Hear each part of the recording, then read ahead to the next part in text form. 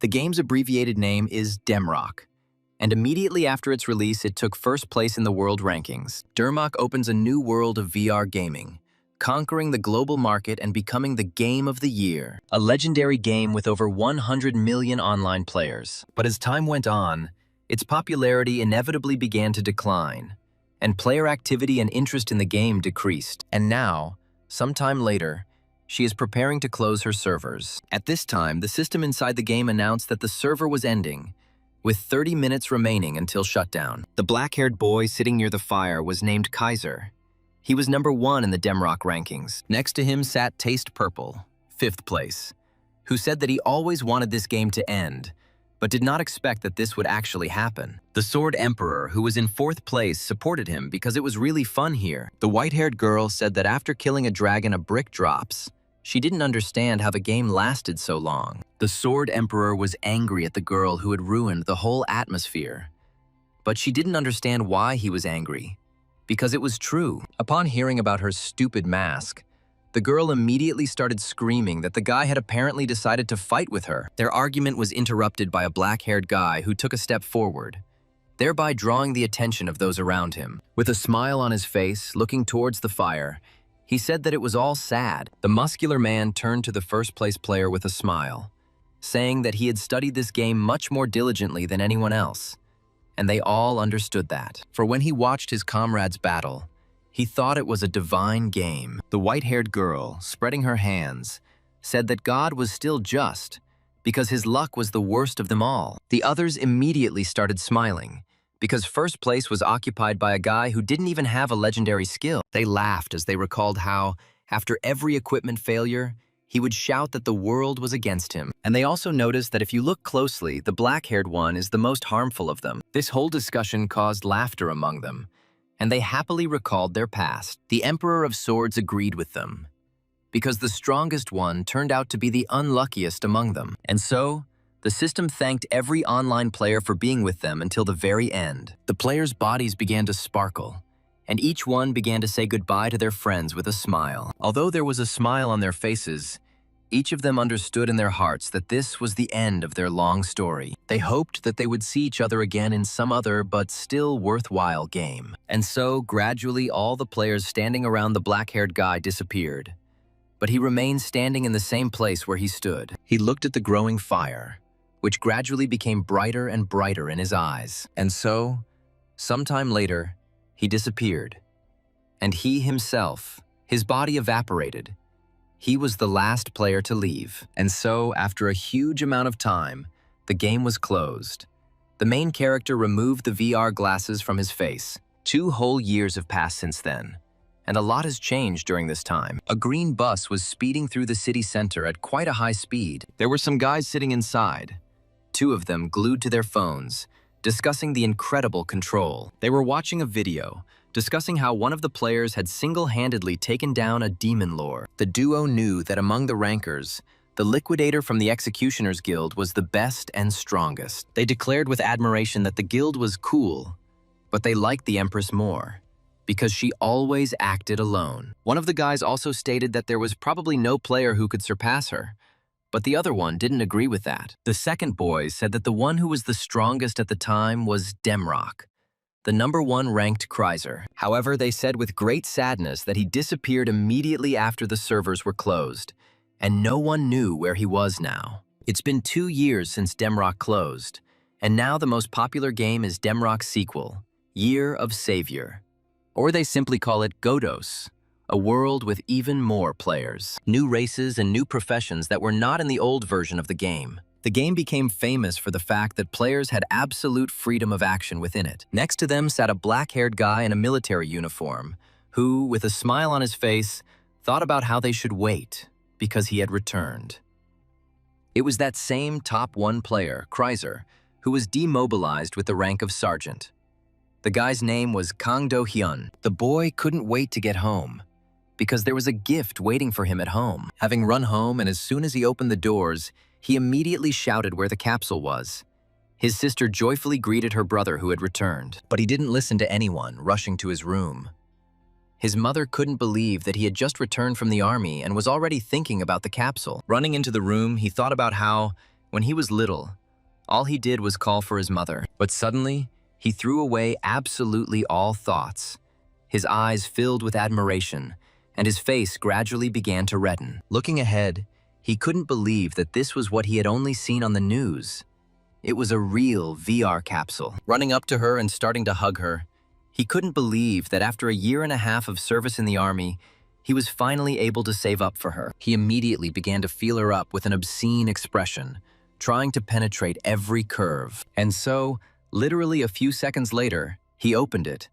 The black-haired boy could not resist. Sitting in it, he said that although it was used, the upholstery was still very soft. Grabbing the helmet, he immediately began to put it on, anticipating his first entry into the new game. And as soon as he put it on, it immediately activated. The space around him began to fill with blue color. It seemed like his body was being transported somewhere. The system announced that the iris scan had been completed, began checking the ID card, and then synchronization. Just a few seconds later, the game said, "Welcome to Adventurer's Paradise." To begin with, she asked the guy to create his own character, moving him into a huge room with a mirror. Looking towards the mirror, Can wondered if this was his character. As he began to stroke his head, he thought that he looked too much like a soldier, so he immediately started going through hairstyles. But he quickly got bored with it, so he decided to choose at random. And so, after completing the creation of the appearance, the system asked to come up with a nickname, where the black-haired man immediately thought about it. However, these thoughts were quickly thrown back, and with a smile, he said that his name was Kaiser. At that very second, the world around the guy began to fill with blue again, and the system announced that the character had been successfully created. After congratulating the protagonist on this, she moved him to the training area, explaining that this was the site of the former horrific battle for Castle Aaron. Looking around, Kaiser couldn't believe that this was what a fully immersive game looked like. The system immediately began pouring out different weapon options, asking the guy to choose. Having carefully examined each of the proposed options, he realized that they did not offer anything special. So he decided to take what he was used to. And with these thoughts, he pulled his hand forward. And then, with a terrifyingly satisfied smile, he pulled a sharp, shiny sword out of the system window. He remembered how he used the sword in Demrock. While he was examining his blade, he heard a voice that caught his attention. Looking back, he saw a man running straight towards him at quite a high speed. It was Charlie, the captain of the Knights, a fair-haired man shouting at the protagonist to ask him what he was doing there. But without waiting for an answer, he grabbed his hand, shouting for him to run after him immediately. Charlie shouted as he explained that other mercenaries had already joined the fight, at which point the system notified Kaiser that he had joined a group with Charlie. Our heroes ran quite fast, without stopping at all. Everything around was on fire. Loud sounds could be heard. Running into one of the buildings, horror appeared on Charlie's face while our protagonist tried to understand what was going on. Looking out from behind the Knight Captain, he saw rivers of blood, as well as a huge number of dead bodies. The yellow-haired knight said that they had finally dealt with these creatures, because according to rumors, they had made a contract with the monster. Turning to the Kaiser, he declared that if they did not hurry and stop them, then the very one would come to this world and destroy it. Starting to open the doors, he ordered the black-haired man to hurry, because they would get there much faster through this entrance. The protagonist silently followed the instructions, trying to gather as much information as possible. So he silently followed the orders. But as soon as they entered inside, a huge number of arrows immediately flew towards them, which began to land right at the feet of our heroes. Charlie was quite surprised by this turn of events. Suddenly, a rather nasty sound was heard. Looking forward, he immediately clenched his teeth. After all, right in front of him stood a huge army of monsters who were clenching their teeth, making animal sounds. Turning to the main character, he was about to say that they had already arrived here. He was going to break through them, but he didn't have time. After all, that same black-haired guy whom he had been leading all this time rushed forward, straight towards this huge beast army. One of the creatures standing in front threw his weapon right behind his back, about to kill the main character with one attack. Naturally, our protagonist was ready for this, his eyes filled with bright color. The yellow-haired captain himself shouted to his comrade to be careful. He began to worry about him. But Kaiser himself was not going to lose so easily. He stopped abruptly, raising dust. Due to the sudden stop, the monster missed. He couldn't hit the black-haired man. Naturally, the little animal didn't understand how this had happened, because he was definitely hitting the target. The protagonist, seeing that the monster was taken aback by such a surprise, immediately grabbed his blade. With a slight movement, he cut the attacker, and blood began to splatter in all directions. But the black-haired man was not going to stop there. He immediately began to gather energy. He rushed forward with incredible speed and began to chop down the monsters one after another, giving them absolutely no chance. The monsters standing behind could not believe their eyes. Their fighting spirit began to completely sell out. They were afraid. Suddenly, one of the closest ones threw his weapon behind his back with a loud cry, intending to kill the black-haired upstart. But here too, with cold blood, the main character simply jumped back, thereby dodging the attacker's attack. And then he jumped up, raising his knee, getting ready to strike. Because the man's speed was incredibly fast, the monster was unable to dodge and received a direct hit to the jaw. There was a rather painful sound, and blood again scattered in different directions. Stopping, the protagonist noticed a pair of monsters standing in front of him, their bodies trembling as they looked at him. With shaking hands, they began to try to force arrows into their crossbows. However, the protagonist had no intention of leaving anyone alive. He immediately gathered his energy, preparing to rush forward. In an instant, he closed in on them, delivering a powerful slashing blow, thereby killing the latter. Immediately after this, he stopped and began to look around. At this time, those who were struck by the black-haired hero fell dead, covered in blood. Swinging his sword, the protagonist threw red drops off his blade, and a thick smell of blood began to rise around. With a smile on his face, he thought that he had been worried in vain about not having played for a long time, because not everything was so bad. Jumping from foot to foot, he noticed that his body was much lighter than it had been before. He was distracted from his own thoughts by Charlie, who shouted that it was incredible that the black-haired man had managed to cope alone. The system immediately notified the protagonist that the Knight Captain's sympathy had been increased. Lost in thought, the protagonist remembered that there was something similar in Demrock, but he didn't remember it growing after the first battle. Looking at the guy, the Knight Captain thought that perhaps the very hero from the legends was standing in front of him, because he was incredibly strong. Just a few seconds later, the system notified the guy that the sympathy had been increased to such a degree that Charlie now trusted him completely. And then she even rewarded Kaiser with a 2-point increase in his characteristics, as well as an increase in sympathy. The Knight Captain threw up his hands and laughed, shouting that thanks to the hero, everything had gone much easier than it should have. Pointing forward to the door, he said that they would have to eliminate the warlock inside, and after that, the war would end in their victory. Suddenly, a powerful explosion sounded inside them, which destroyed the ceiling. Charlie could not believe that the summoning had already begun. A dark energy ran through the entire area, destroying everything that was directly in front of it under its pressure. Suddenly, red eyes appeared from a huge hole, and disgusting animal sounds were heard throughout the area. Turning to Kaiser, the yellow-haired knight shouted that he would take care of these, asking the boy to stop the summoner. Drawing his sword, he released his energy, telling the protagonist that he relied on his strength. Turning to the guy, he released an incredible amount of energy, saying that he hoped that luck would be on his side. And then, with a loud cry, still releasing energy, he rushed forward straight towards the opened rift. The main character himself stood with his mouth open at this time, not understanding whether he really needed to go in. He didn't understand how this had happened, because in the video guides, Charlie was always the first to enter. However, he had also heard that the plot changed depending on the player's actions, but he didn't understand how it was possible to do so much. Approaching the door,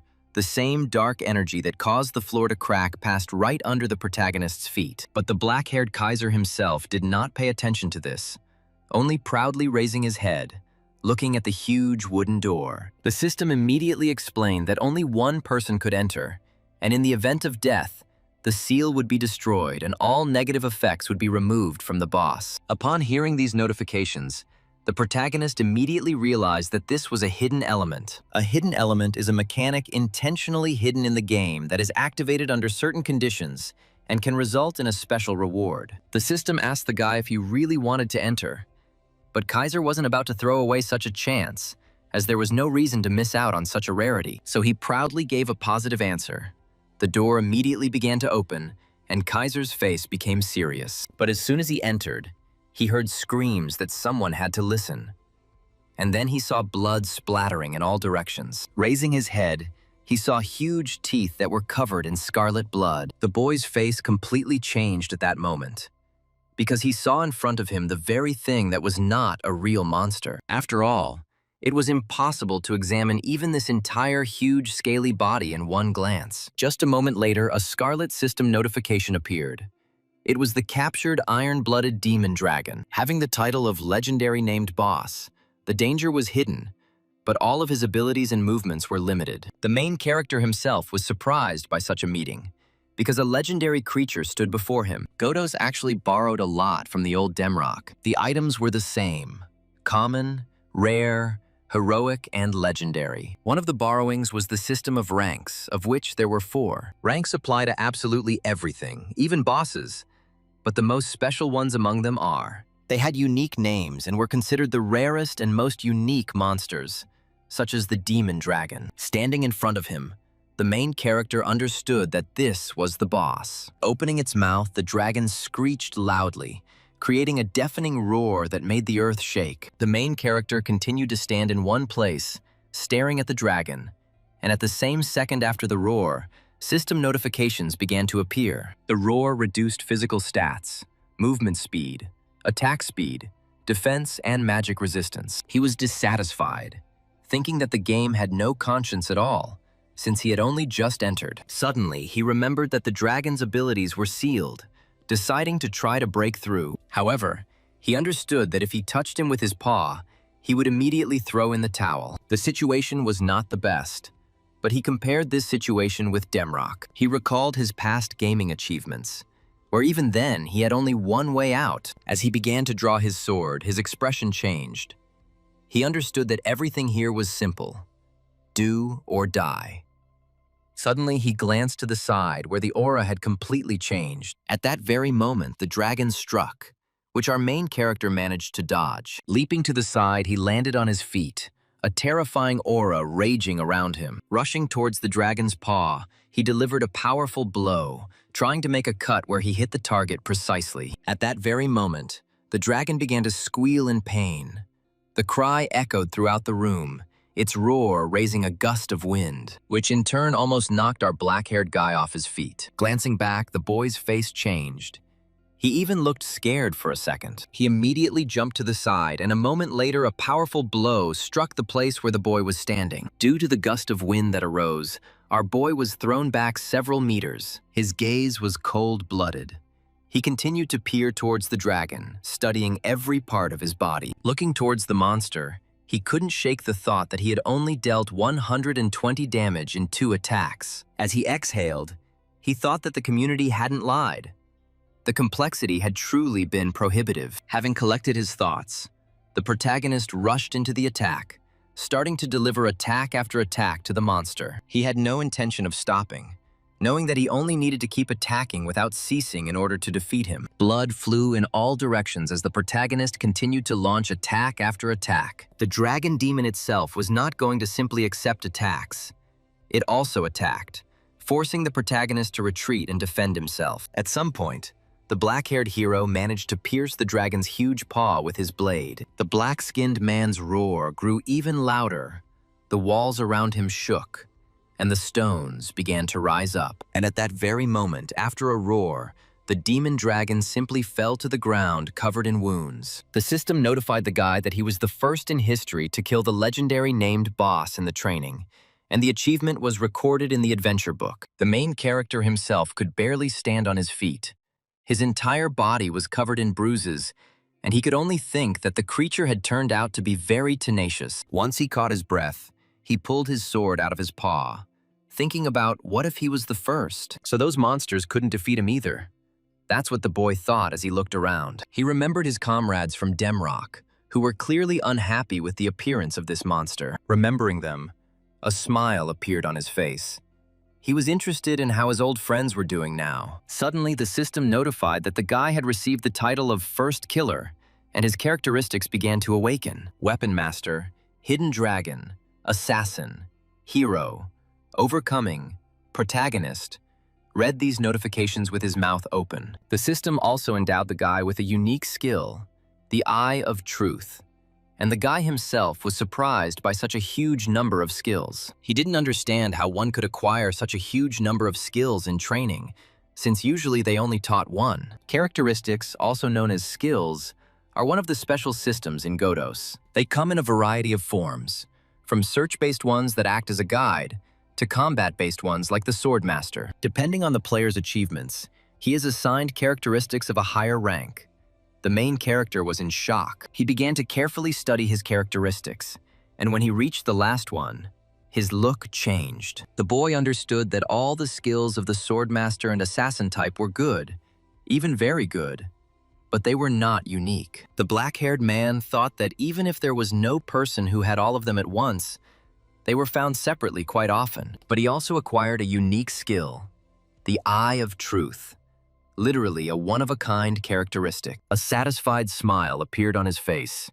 He was happy with this award, because it was the most that was not a jackpot. In just one training session, the main character was able to obtain 1 unique and 5 normal characteristics, with an incredible title. Naturally, he was glad about this, because in the last game he hadn't had much luck with this, when suddenly he was distracted from his thoughts, glancing towards the door. After all, literally a moment before this, his fair-haired comrade had finished his fight, trying to catch his breath as quickly as possible. And as soon as he did this, he immediately went towards the door where the black-haired boy had entered. He could barely move his legs from fatigue.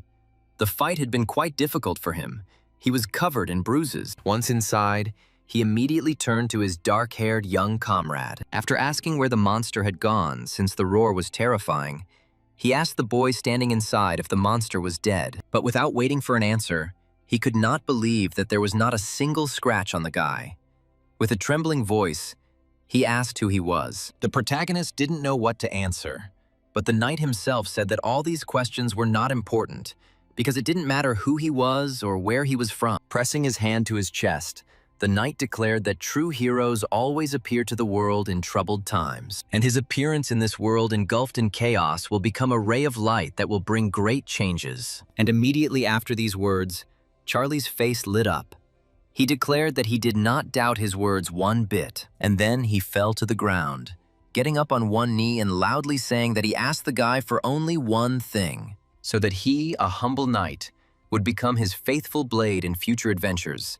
System notifications immediately popped up in front of the guy. Kaiser, studying them, could not believe that if he agreed, the NPC would cease to be a knight and become his subordinate, and all the privileges of a knight would pass to him. Suddenly, the system added that he had been dead for a long time, so he would not be able to receive his privileges, even if he became his master. And then the main character remembered that training is a recreation of past events, realizing that this is just a formality. So he gave positive words. The man's face immediately lit up, and the system informed the protagonist that in Captain Charlie's memory, he would forever remain a master. The system also said that the man would find peace. This notification quite stressed Kaiser out, and then everything around him started to glow.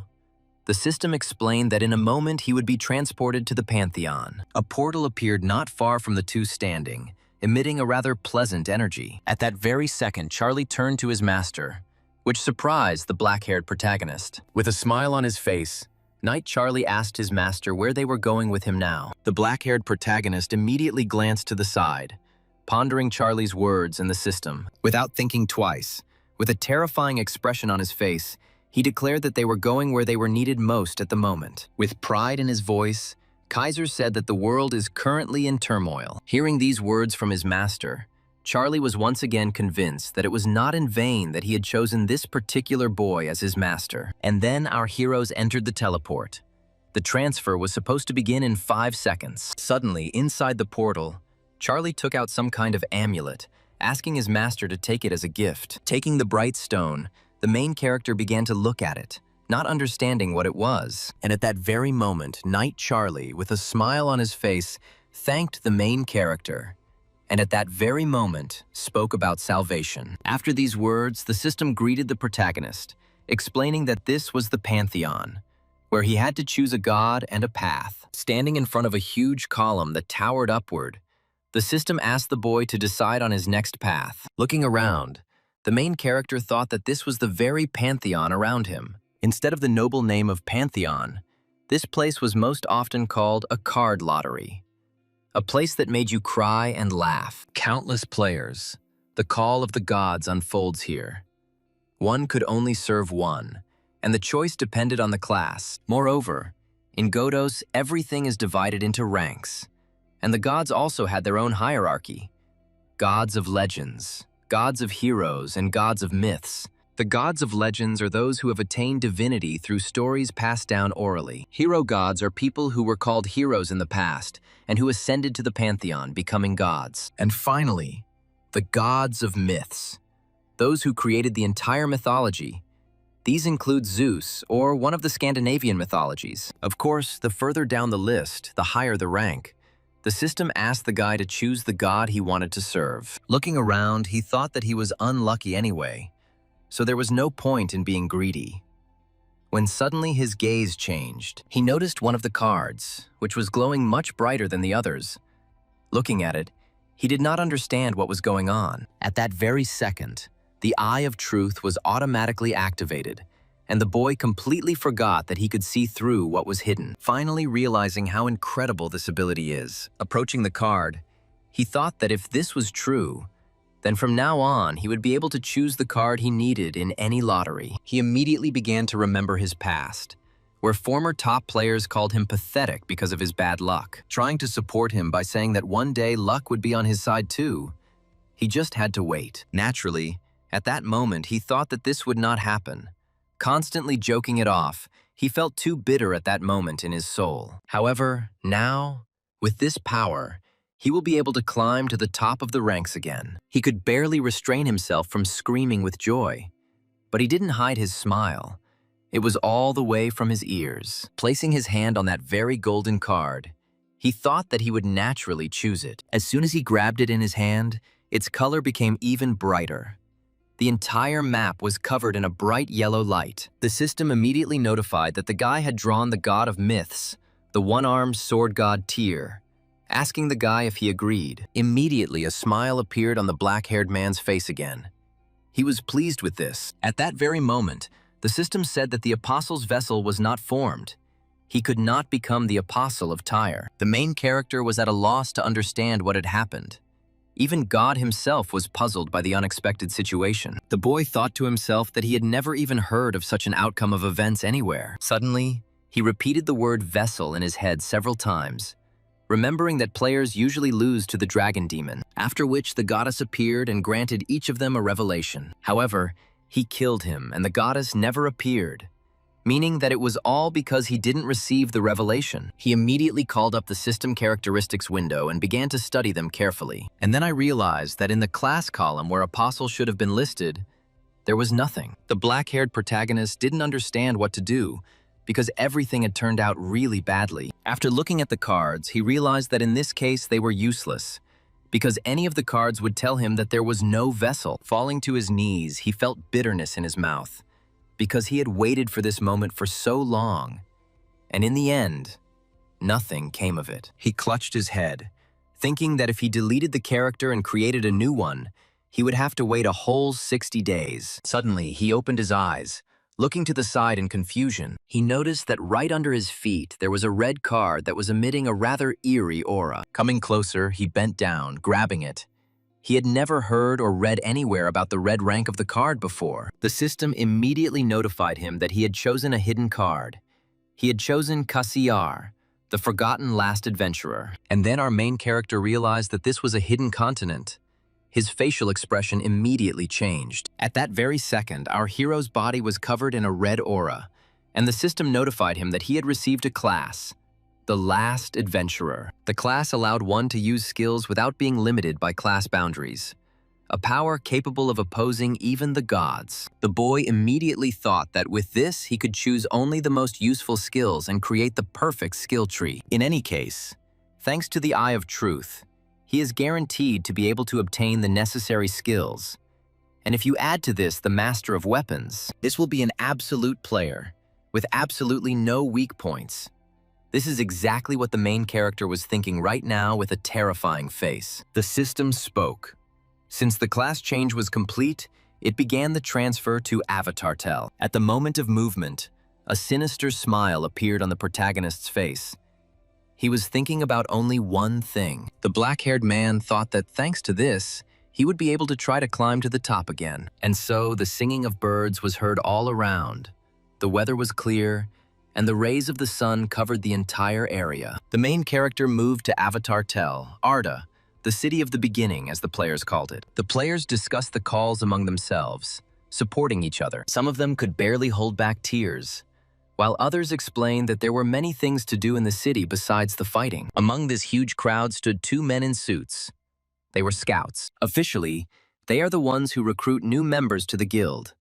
But in reality, players treat them like annoying street barkers. One of these scouts scratched his head and said that he should find at least one player this month, because otherwise the management would be unhappy. Suddenly, a dark-haired man standing nearby asked his partner to pay attention to one of the guys. Looking at our main character, they thought that he was a walking disaster, because he was completely lost. They decided to go around him, trying not to look in his direction so that he wouldn't follow them. The main character himself studied the notification window. He was awarded a heroic item.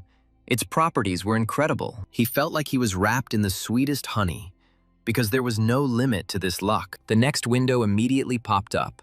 The system gave the main character a quest.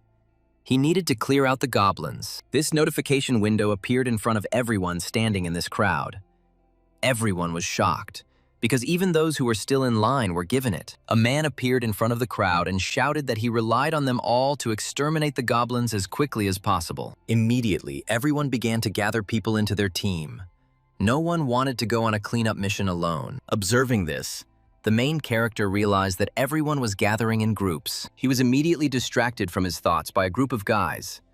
One of them explained that they were going to level up to level 12, offering our hero to go with them, at the same time receiving a group bonus. Deep in thought, Kaiser began to consider their proposal, coming to the conclusion that these guys were right. After all, hunting is much easier in a group, and if you take into account the bonus experience, then team play was simply necessary. So he immediately answered the guys that he was in, and a group window immediately appeared in front of him.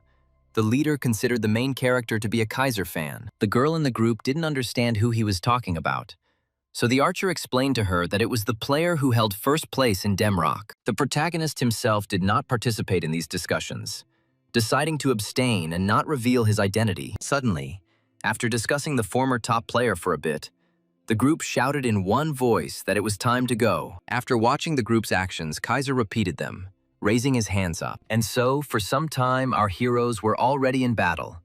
The best shield was adjusting his skills, which stunned the goblins for a second. Immediately after this attack, he commanded the group to go on the offensive. The mage and archer immediately used their powers, sending attacks from a distance towards the monsters. And so, as soon as the joint attack of the two reached its target, one of the goblins was defeated. As soon as the green one fell, the rest of his relatives naturally became angry. They were not happy with such a picture. Therefore, they immediately rushed into the attack, intending to avenge their brother. A pair of green-skinned men pounced on the tank, forcing it to go on the defensive. The comrades standing behind became afraid for their commander and cried out in alarm in one voice. The leader of the group himself ordered an immediate attack to kill the attacker. However, they asked him to wait a little, since he had a cooldown on using attacks. And so, the third one, standing behind, jumped high into the sky, preparing to deliver a clear blow to the shield's back. Seeing the attack from the air, he understood that if he let go of the shield, he would have to fight three at once.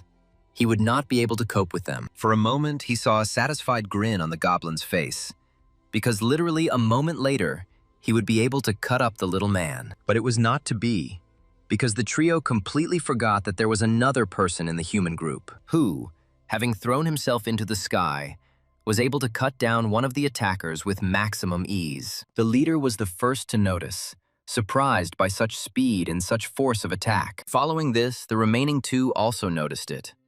They could barely make it out, but they couldn't believe their eyes. They found it hard to believe that the newcomer could move like that. The main character himself was not going to stop there, because he still had two goals ahead of him. He rushed into place in an instant, rushing towards the green monsters, and he also caught up with them in an instant, not giving them a chance to defend themselves. With a light movement of his sword, he cut them down, and the system notified them of the murder. The duo standing behind could not be more pleased with the outcome of the situation. At that very moment, amid the joyful cries of his comrades, the Kaiser hid his blade. The leader ran up and happily told the black-haired man that it was a great job, telling the guy that he was too good at fighting. With a happy face, he was about to say that if everything continued like this, they would easily cope. But he didn't have time. He immediately shouted to his black-haired comrade to look back, and immediately the faces of our heroes changed. After all, a huge crowd of goblins emerged from the forest, making disgusting sounds. Their faces were terrible. They giggled among themselves, realizing that the crowd would be able to crush the newcomers. The commander turned around and was about to give the order to retreat. But he didn't have time, because the black-haired man rushed into battle. Ignoring the cries of his comrades, Kaiser ran straight towards the crowd of monsters, intending to engage them in battle. The goblins, seeing just one person approaching them, could not contain their laughter. At the very last moment, the protagonist jumped up, throwing his blade behind his back. He released a terrifying aura, intending to kill every single one of those standing in this crowd. There was silence, and it seemed that the area was so quiet that the rustling of leaves could be heard. But just a moment later, there was a loud explosion, and a thick column of dust rose into the sky. The main character recalled the past, where his friend said that he was a bully. The main character himself did not understand what his muscular comrade meant. The jock explained that he was low on health. And then suddenly, someone like a boss appeared and Kaiser immediately rushed at him. He thought that this was the very thing that was not recklessness. But the top one player himself did not understand, because he was the one who finished him off in the end. But the muscular comrade insisted on his own, because it was dangerous. And then, looking at this crowd, the main character asked himself if this was really recklessness. However, he reduced it to the fact that he was simply defending himself. He had no need to fight, exposing himself to unnecessary risk. And at that very moment, with these thoughts, he rushed into battle. When his comrades called him, the black-haired boy didn't think about it at all. All he thought about was that he never fought recklessly. The Kaiser always thought through his actions several moves ahead, assessing the chances of victory. And at that very moment, he was extremely confident of his victory. And that very calm before the explosion seemed so to everyone, because screams could be heard. However, the explosion was so loud that it seemed as if there had been deathly silence before. Blow after blow, the protagonist cut down one goblin after another. Kaiser glanced back and noticed that there was one last poison goblin behind him. He immediately leaned on his other leg, preparing to rush towards him. With incredible speed, he began to approach the goblins. Based on experience from previous battles, he understood that in a fight against a crowd, it was better to eliminate the shooters first. So he targeted them first, cutting them down one by one. Blood sprayed in all directions, and a thick smell of blood gradually began to rise into the air. The overcoming characteristic was activated. The protagonist's eyes turned yellow. He noticed the approaching attack, so he was able to repel it without any heaviness. Naturally, the goblin sniper did not expect this. His face showed surprise, but it didn't last long, because just a second later, the black-haired boy cut it down. Due to the incredible speed, the boy couldn't even stop right away, sliding for several meters. Another monster pounced on the boy who was looking around, intending to take advantage of the man's respite. However, even here the attack did not reach its target. With a slight movement of his hand, the black-haired man was able to repel the attack. And then, raising his sword, he began to gather strength to deliver another powerful blow. The goblin could do nothing against the man, so he lost his life. At that very moment, the system notified that all restrictions had been lifted.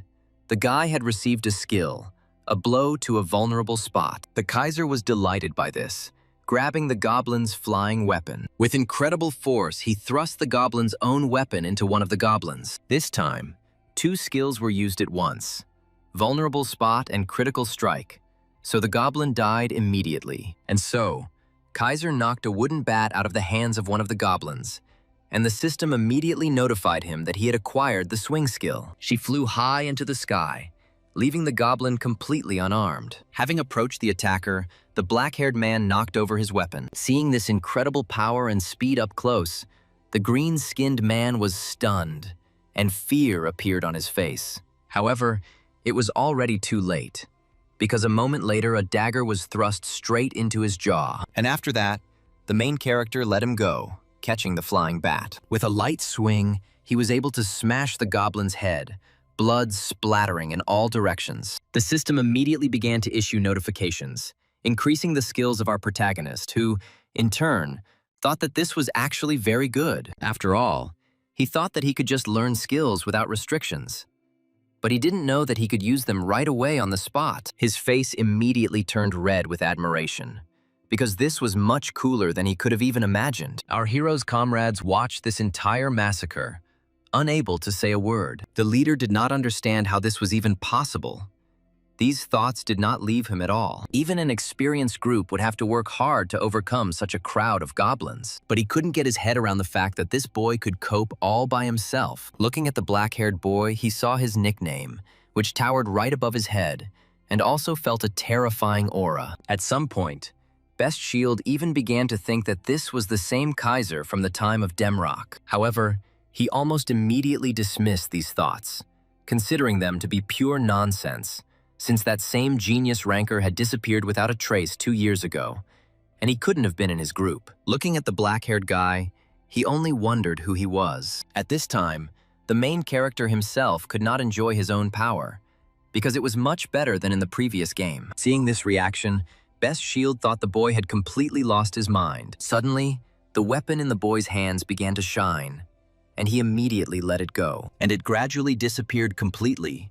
The boy realized that the weapon that did not drop as loot simply disappeared. With a smile on his face, he thought about how he had removed the restrictions on weapons and even tested the skills.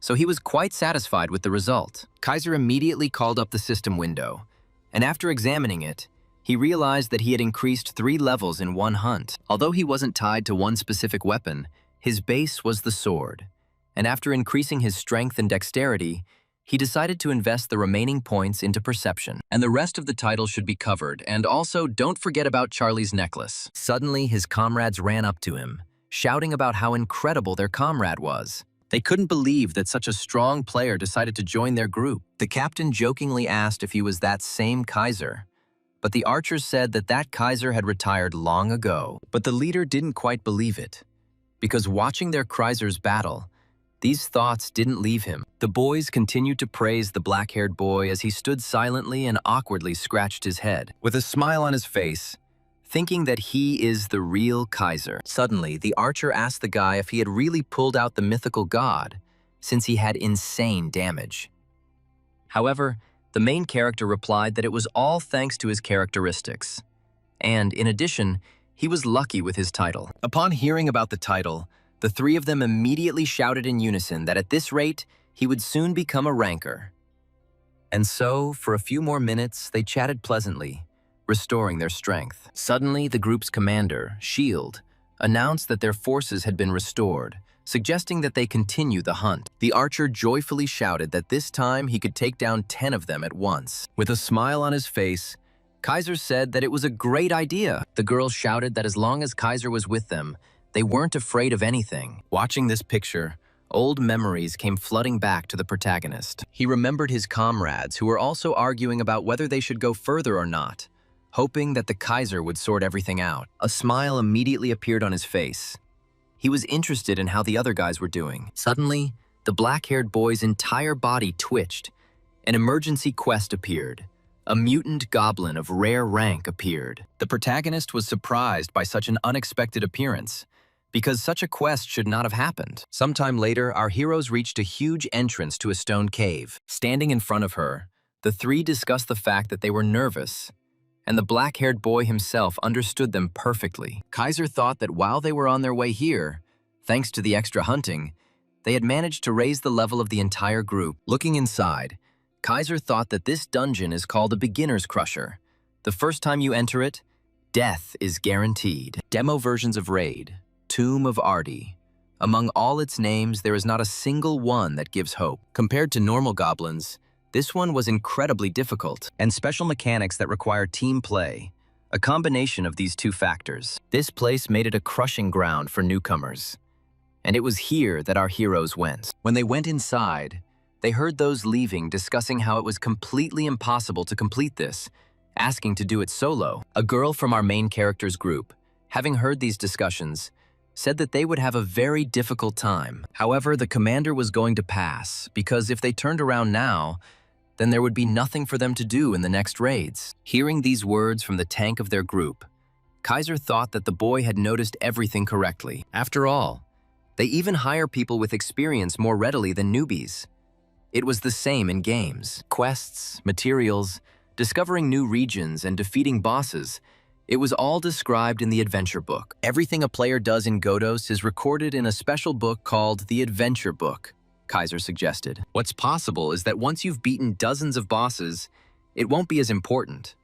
But right now, to get into a group for the boss in the next city, I'll have to grit my teeth and get through it, especially since the boss of the next city, unlike the boss of Ard, was mandatory. It was with these thoughts that the black-haired boy led the group forward. And so, literally a few minutes later, they came up against huge doors, and a notification immediately popped up. It was the lair of a goblin warrior. Turning to the group with a smile on his face, Kaiser said that it was time for them to go inside. They, in turn, exhaled heavily, trying to prepare themselves for a tough fight. They reread the tactics more than 10 times for victory, and then, literally a second later, there was real silence between them. Suddenly, they turned their attention to some sounds, but did not attach any importance to it. The leader of the group moved towards the door first, placing his hand on the stone door. With a heavy head, he said that it was time for them to go. And at that very moment, his hand began to glow. Immediately, a notification window popped up in front of the other group members, informing them that their group leader was about to enter the boss's lair. The system asked whether the other participants would agree to enter with him, to which he received an immediate positive response. At that very moment, after everyone had agreed, the door began to open, releasing the terrifying aura that had been hiding inside. Clenching his fists, Kaiser thought about how he hadn't warmed up for a long time. There was a smile on his face, and then, literally a few moments later, the door was completely open. The group immediately rushed forward, but their steps were slow. From this moment, they were on guard. But as soon as they took a few steps from the door, torches began to light, and in the distance of the room, a creature appeared holding a sword. It was the same mutant goblin warrior with 20,000 health points. Naturally, the boss immediately noticed the people who had entered, and a terrifying smile appeared on his face. Without waiting for the first attack, he roared loudly, his roar echoing throughout the room. The pointed boulders hanging from above seemed about to fall straight down. The group was immediately scared because it was the first time they met an elite boss. Some of them couldn't even believe that it was just a game.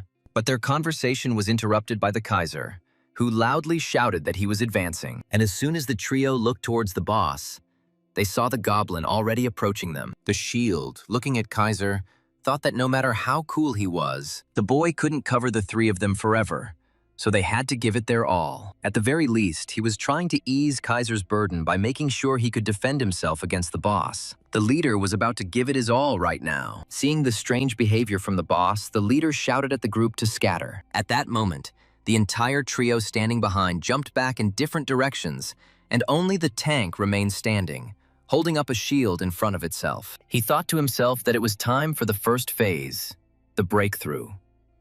By ducking, he was able to dodge the monster's powerful attack, causing it to slam into the wall behind him. The mutant goblin was stunned for 2 seconds after hitting the wall head-on. The commander, realizing this, immediately gave the order to his group to attack, and they immediately followed the order of their commander. The attacks hit their target, striking the monster's body, and a powerful explosion was heard, raising a column of dust behind it. However, as soon as she fell asleep, the face of the monster appeared, carefully examining each person standing in front of her. The leader's gaze locked with the monster's, causing the group's tank to become covered in goosebumps. However, due to his being taken aback, he missed the attack from the Goblin Titan. But still, at the very last moment, he was able to take cover behind his shield. Using the defense skill, he increased his defensive stats, trying to hold back the boss's onslaught. Turning to his allies, he immediately shouted for them to stop attacking him. At that very moment, our main character joined the fight, delivering several blows to the boss with incredible speed. Because of the pain, the goblin began to scream in pain. At that very second, The next attacks were rushing towards him. Another explosion rang out, raising a thick column of dust which left the boss stunned. Watching this, Shield was happy, because everything was going according to his plan. And, if everything continued like this, they would be able to pass the first phase. The archer immediately shouted to the commander that the phase change was about to happen. But the Shield did not understand these words. Thinking about the fact that the phase change occurs when health drops to 10,000, suddenly he noticed that the boss's behavior had changed again. His body was covered in a terrifying aura, and he had thrown down his sword, preparing to attack. Seeing his comrade in trouble, Kaiser jumped off the ground and rushed towards the goblin. Having struck a precise blow to his hand in which he held the sword, thereby protecting the commander, blood began to fly in all directions. Kaiser's attack seemed to cut through the air.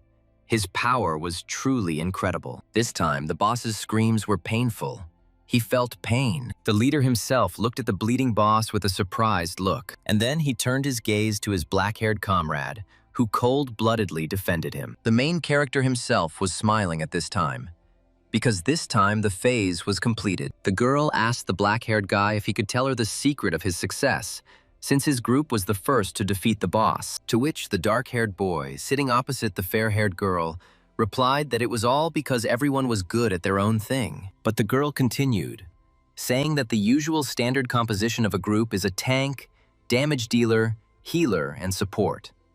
There should be 4 of them. However, Kaiser's party didn't have a tank, and she couldn't understand how they managed to go on raids at all. Lost in thought, the main character didn't even know how to immediately answer this question. Having said that, the tank must fight the boss one-on-one, identify all of his phases and attack patterns, and also take all the damage on himself. This was an irreplaceable person. So this person was himself. The fair-haired girl was surprised by such an answer, but the main character's face was confident. He was absolutely not lying. And right now, the main character was performing this very role of a tank. Observing what was happening, the group leader could not verify with his own eyes, because such a thing was impossible. I thought to myself that even tanks had a hard time interrupting patterns with their control skills. But Kaiser did it easily. Without using any crowd control effects, he couldn't believe it was a damage dealer doing this. While he stood there immersed in his own thoughts, the protagonist continued to fight the boss. During the fight, a smile was visible on his face. He enjoyed participating in fights. And then one of the attacks reached the monster, and blood again flew in different directions. The archer and the female mage were discussing the fact that their comrade was hitting precisely the pain points. They had never seen this before. In turn, the leader did not take his surprised gaze off the boss's hit points. At some point, he noticed that the boss's health had dropped by up to 20%. Realizing that the second phase was about to begin, he immediately shouted to his comrades to prepare for the next phase. They immediately began to carry out their commander's orders, preparing for battle. The system immediately notified that the boss's health had dropped to 20%, adding that the goblin had activated a characteristic. The monster's entire body began to be covered in a scarlet aura, gradually gaining muscle. He grew in size, and the goblin warrior characteristic was activated. All of the goblin warrior's stats have been increased, and the mutant stat has been activated. The mutant characteristic, unlike the usual characteristics, granted each boss unique abilities. Among them, the characteristic received by the warrior of the goblin mutants was a rule, popularly known as a counting rhyme. The system explained that when physical damage was dealt 4 or more times in a row,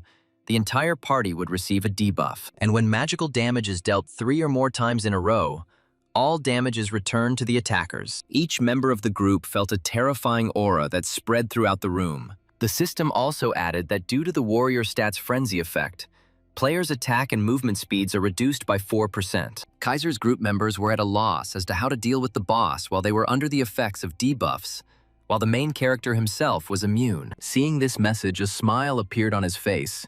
He was happy, because debuffs did not affect him. The group commander asked his comrades not to panic and not to attack haphazardly, asking them to first focus on evasion. Turning to the black-haired boy, he asked him if the same effects had been cast on him. However, the Kaiser stood with the utmost ease, asking his comrades to stand aside. And then, covered in a terrifying aura similar to the boss, he said in a creepy voice that he would quickly deal with the goblin. Looking towards his comrade, The black-haired commander could not answer him. Not expecting any answers from his comrades, Kaiser rushed towards the boss. The mutant goblin warrior himself waited for the attack, preparing to attack the attacker. However, the protagonist was able to easily repel the attacker's attack with his blade. The boy's face didn't indicate at all that he was going to lose this fight. Increasing his speed, he began to slide around the goblin, delivering attacks. The protagonist's younger comrades did not understand why the negative effects did not affect their comrade. The squad leader didn't understand what was happening right now,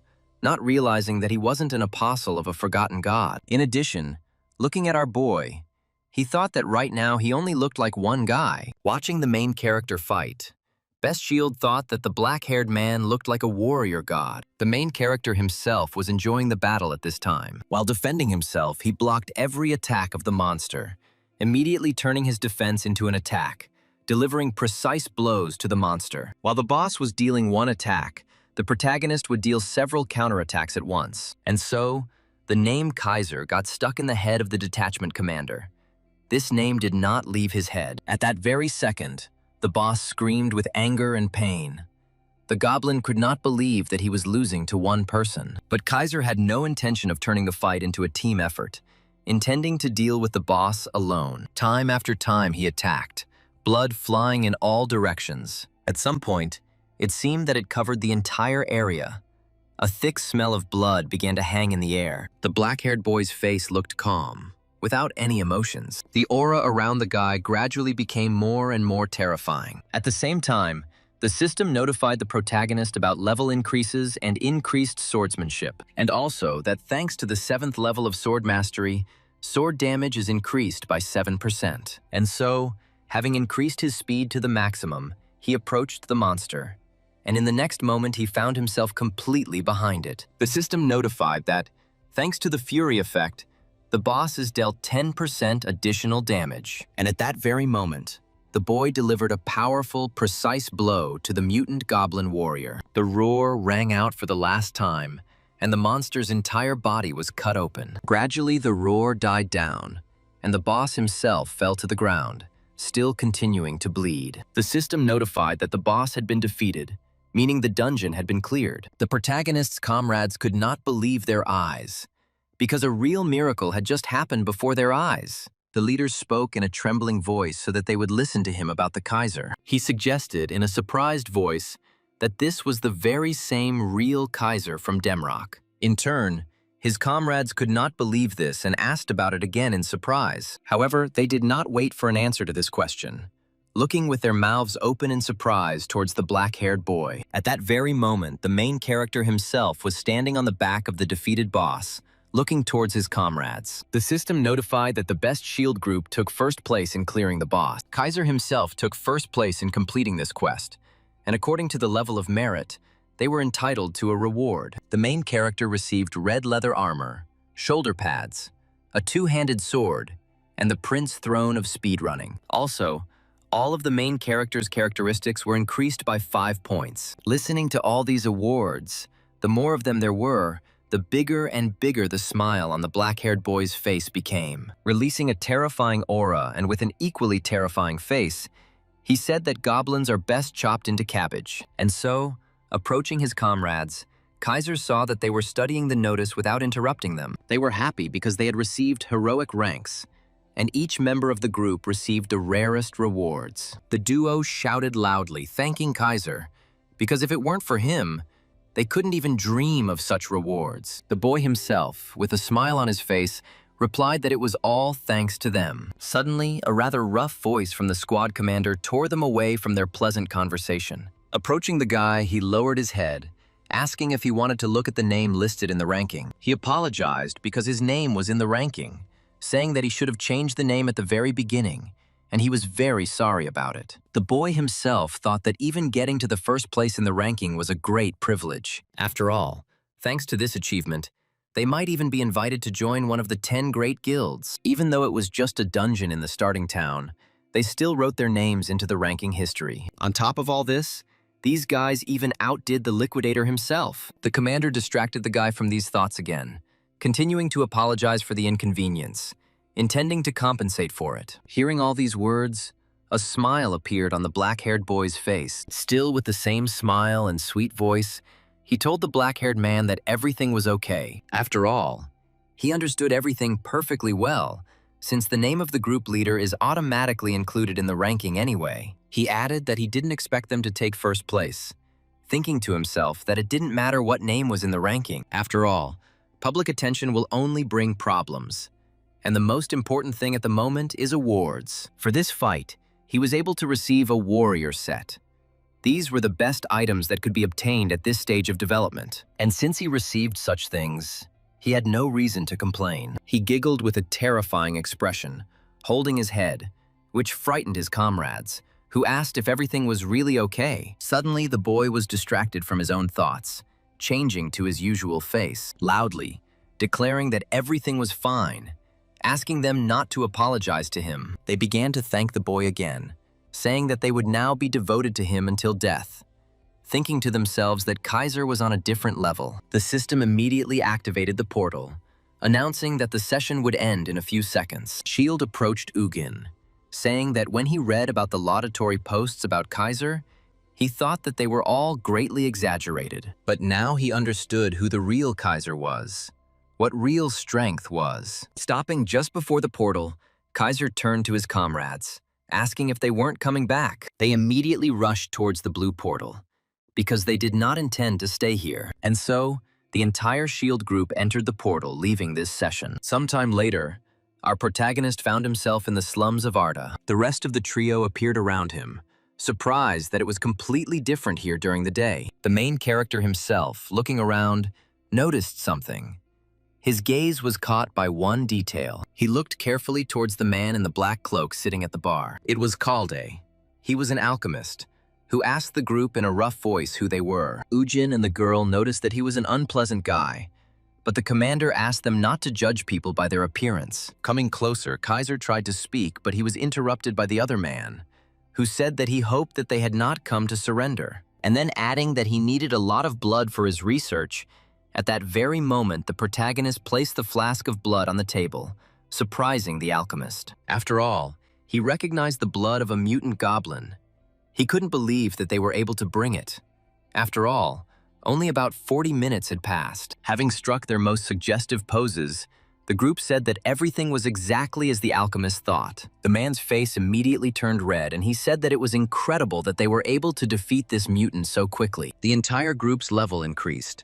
They passed the 0 test, which did not record ratings, and now the heroes could go to the main continent. Everyone was happy because now they could go to the main continent. At that very moment, the protagonist received a special reward, deciding that he would deal with it a little later. Now he was interested in something else, because this is what he was waiting for most of all after the Pantheon. The call. Immediately, a low-ranking summoning ticket appeared in front of the main character. As soon as he pressed it, bright rays began to fly out of it in different directions. Several cards hung in the sky. Looking at them, the boy thought that compared to the Pantheon, it didn't look impressive. Without thinking twice, the black-haired Kaiser immediately activated the Eye of Truth, his eyes filling with bright energy. Thinking that these are low-ranking tickets, there will be nothing special among them. And so, he received the skill of Roars and Swing. The rank is normal. He thought that it was a good skill. After all, he had used it often back in Demrock. But that wasn't the most important thing now. A ticket that could drop anything from a common to a legendary item. But once it was used, the system announced a limit. And then she added that a forced exit would now occur. The boy was surprised by such notification windows. Session time limit. A system designed to keep players immersed in the incredibly realistic world of Godos. Having not forgotten about reality and not died of exhaustion, the protagonist could not believe that 10 whole hours had already passed. The system counted down 5 seconds, but the cards did not change their color. The black-haired boy's face was covered in sweat. He couldn't wait to see what was in store for him, and then the card began to glow yellow, emitting a pleasant and powerful aura. Grabbing the notification window, the black-haired Kaiser screamed at the top of his voice, and at that very moment, the system announced the end of the session. The map continued to be in front of the protagonist's eyes. He clenched his teeth in anger, not believing that he hadn't noticed what had happened to him. However, he gradually came to his senses, remembering that he had been transferred to reality. Opening his eyes, he noticed that it was already quite dark around. He himself lay in that very capsule, and he replayed what had happened in his head several times. With each passing second, his face changed more and more. And then, unable to bear it any longer, he screamed in anger throughout the entire capsule. And so, gradually the next day arrived. The boy could barely fall asleep. Sitting on the chair, every part of his body was shaking.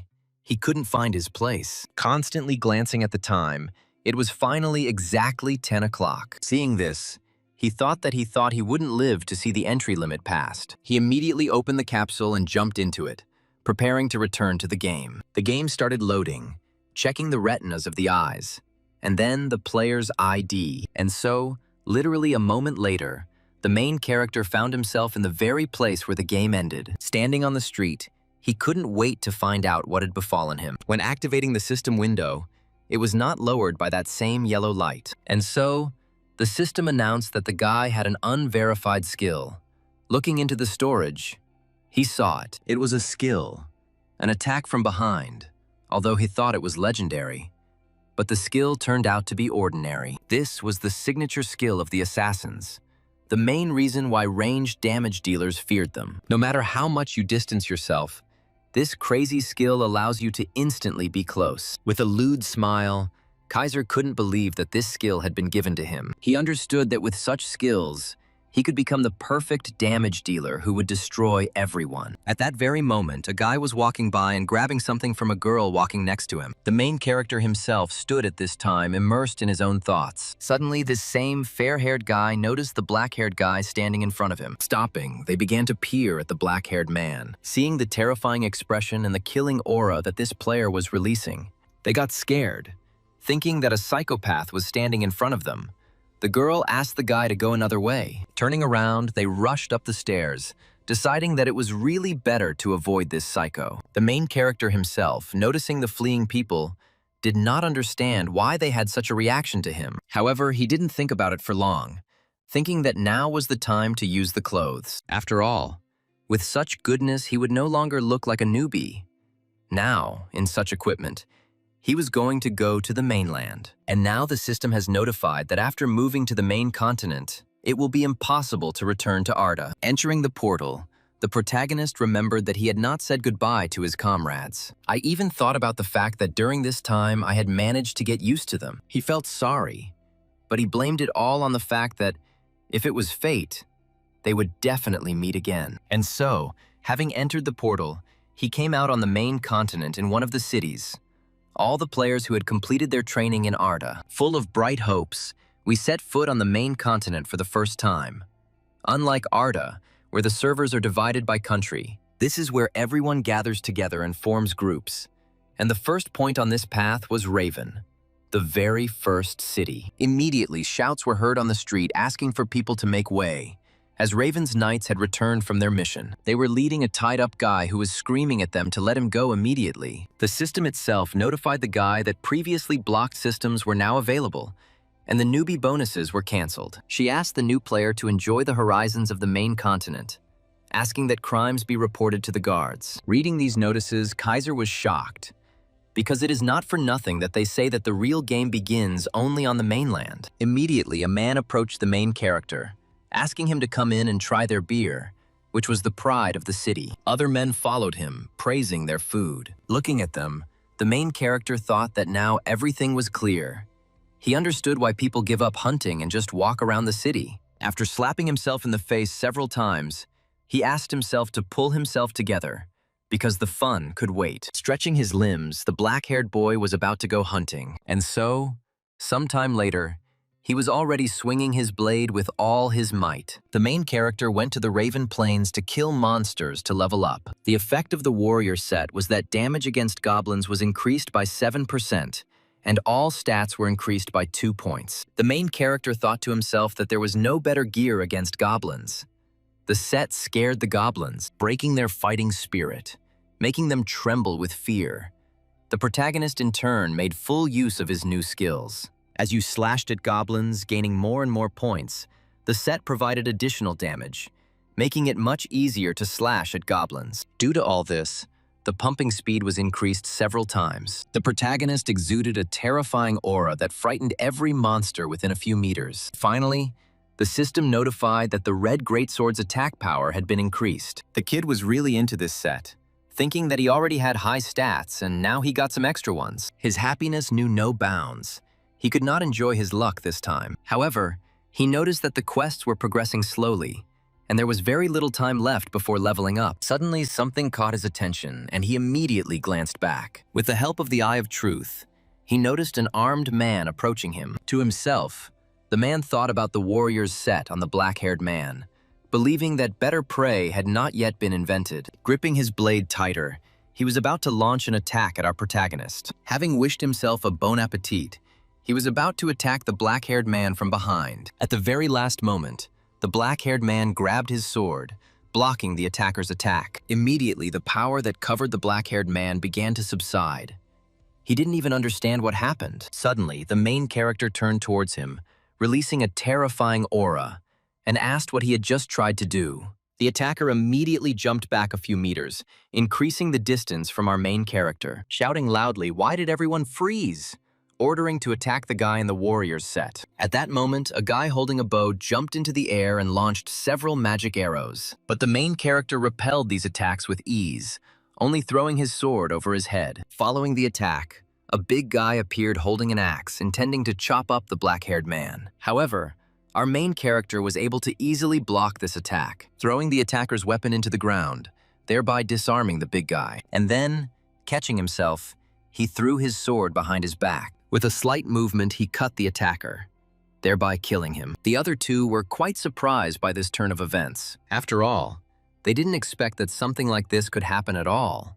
It was supposed to be easy prey. The assassin thought to himself that this couldn't be happening, because in front of them was an ordinary noob. At that moment, the protagonist used his new skill, appearing right in front of the fleeing man. Stopping in front of the main character, the attacker began to raise his head, trembling. Seeing the terrifying face that was releasing a killing aura, he asked with a smile if he was really lost. Wherever you are, there will always be those who do not want to obey.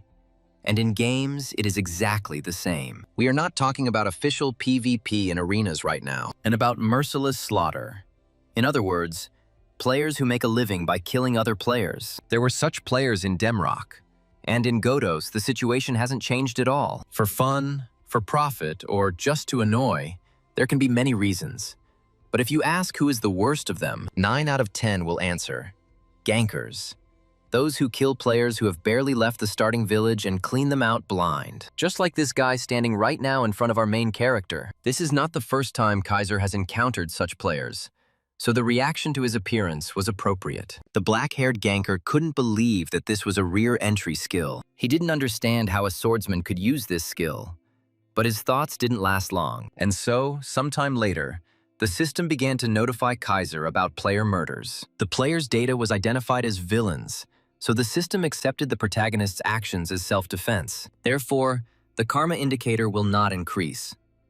Listening to these notifications, the guy thought that in this game everything is the same as in Demrock. However, RD, with its bonuses for newcomers, was an exception.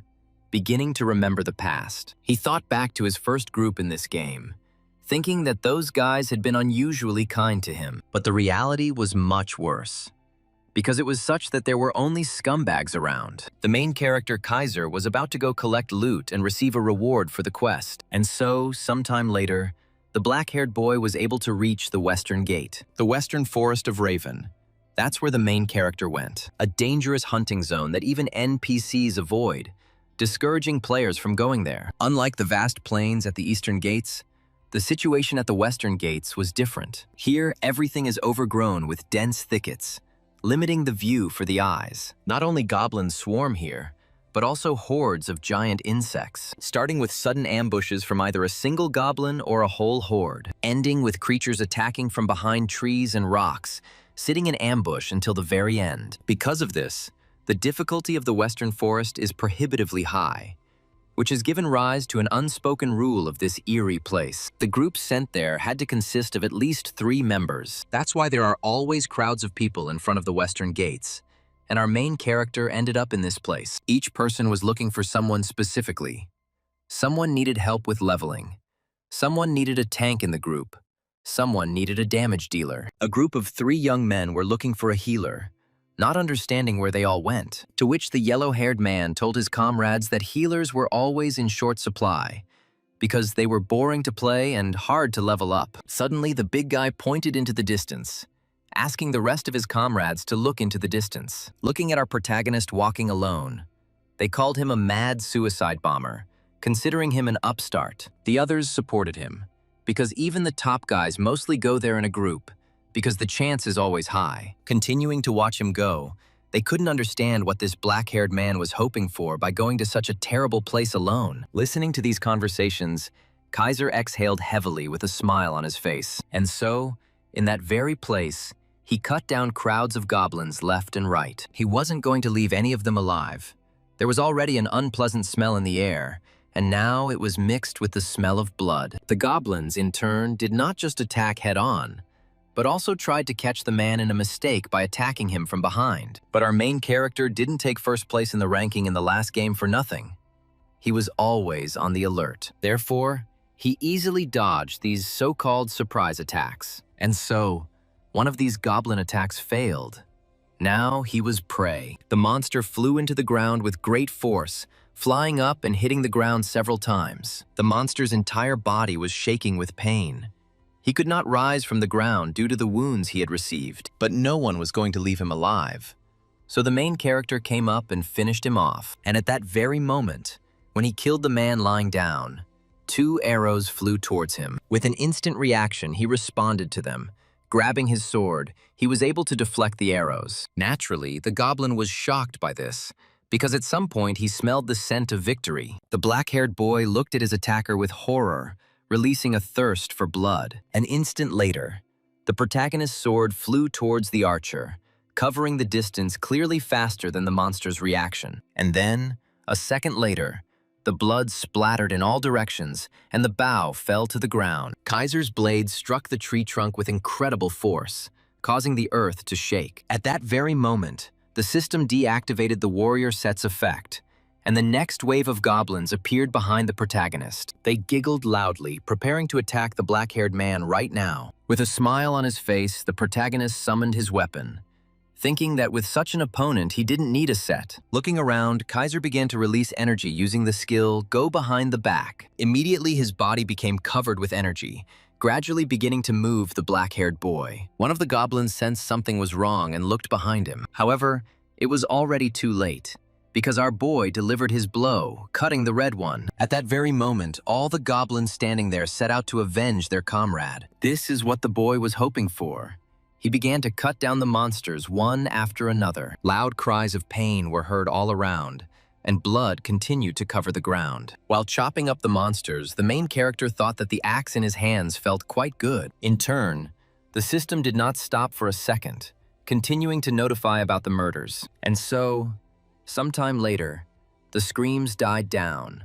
The black-haired man returned for his sword, pulling it out of the tree trunk. Looking at the system window, Kaiser thought that the goblin quest was over. Suddenly, he was distracted from his thoughts by a loud sound that appeared quite suddenly. Turning his head back, he saw a monster that was clearly not in a friendly mood. The monster's mouth was covered in a disgusting liquid, which in turn had an unpleasant smell. Looking at this huge creature, the protagonist's expression changed. He was clearly unhappy with the current situation. A loud sound began to be heard in the forest.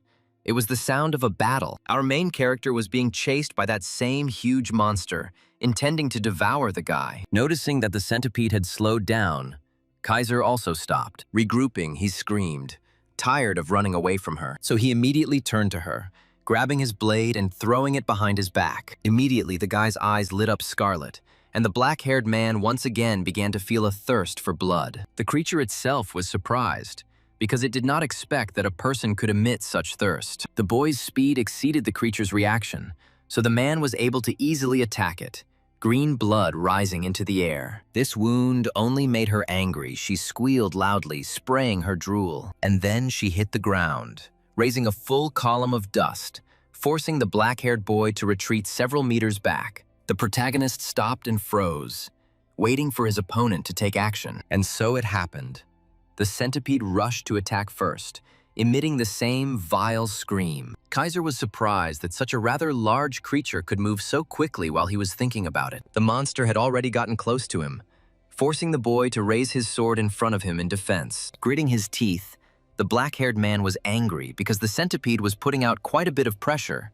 Her strength was commensurate with her size. Having pushed the monster back a bit, he called up a system window, summoning the axe with which he had recently been chopping down goblins left and right. What infuriated him was that not only was he ugly, but he also stuck his face in everywhere. At some point, the black-haired man managed to launch an attack, causing the ugly woman to scream in pain and spray her blood. However, our main character was not going to stop there. He threw his sword behind his back. Coming closer, he swung it with a light movement, cutting down the huge one. Gradually, the screams died down. The monster, covered in its own blood, fell to the ground. The system immediately notified the guy that he had killed the monster, and his sword skill had increased to 10th. And following him, the player's level also increased. After the second battle in a row, the black-haired one got a little tired, so he decided to take a break and study his stats. His current level was 19, and he had raised 2 levels in one battle. Although it was a bit difficult, the main character's level increased quite quickly. In addition to this, most of the quests were completed. Continuing to look through the system window, the black-haired boy thought, because now there was only one regular rank quest left. At the Western Gate, not that the quest was particularly difficult, our protagonist continues to reflect. After resting a bit, he set off on his journey, since the location had become known, so all he had to do was go and collect the reward. Sometime later, he reached a crowd where a man was shouting for everyone to get in line and respect each other's time. At some point, there were even quarrels, and our main character came out to one of them. Looking at the tree, Kaiser thought that this pendant had melted at this very tree where people had gathered. Looking around, he was glad because the line was not so long, because if there were more people, he would have to wait a long time. Suddenly, the protagonist's attention was drawn to conversations about the noob killer being hunted, and he listened to them. A couple of men were discussing how the bastard nicknamed Killer had been declared a hunted man. They believed that he deserved it, since he had been showing off. The yellow-haired man, giggling in turn, said that he had heard someone chatting about the famous Kaiser. The main character immediately tensed up because he didn't understand why his name had surfaced so suddenly. The armored man dismissed it as just a fan, while the yellow-haired man continued to talk about a swordsman who used assassin skills. But the boy in armor just laughed, because he couldn't believe it, just like the others. Hearing this, the protagonist came to the conclusion that he would have to lie low. A swordsman who used assassin skills. And with 6 stats, he understood that the top guilds wouldn't leave him alone that easily. Some will, of course, try to lure him away, but most will simply want to get rid of the future threat, especially if the top guilds are full of people from the Democrats. Because it's simple. If you can't get it, you have to destroy it. This was quite in the spirit of the previous game, and sometime later, the main character got hold of the lost pendant. The system asked him to return it to Camilla. Thinking it was too early to show up, he returned to Raven, finding the same Camilla from the quest. The girl rejoiced, thanking the protagonist for being able to return her pendant.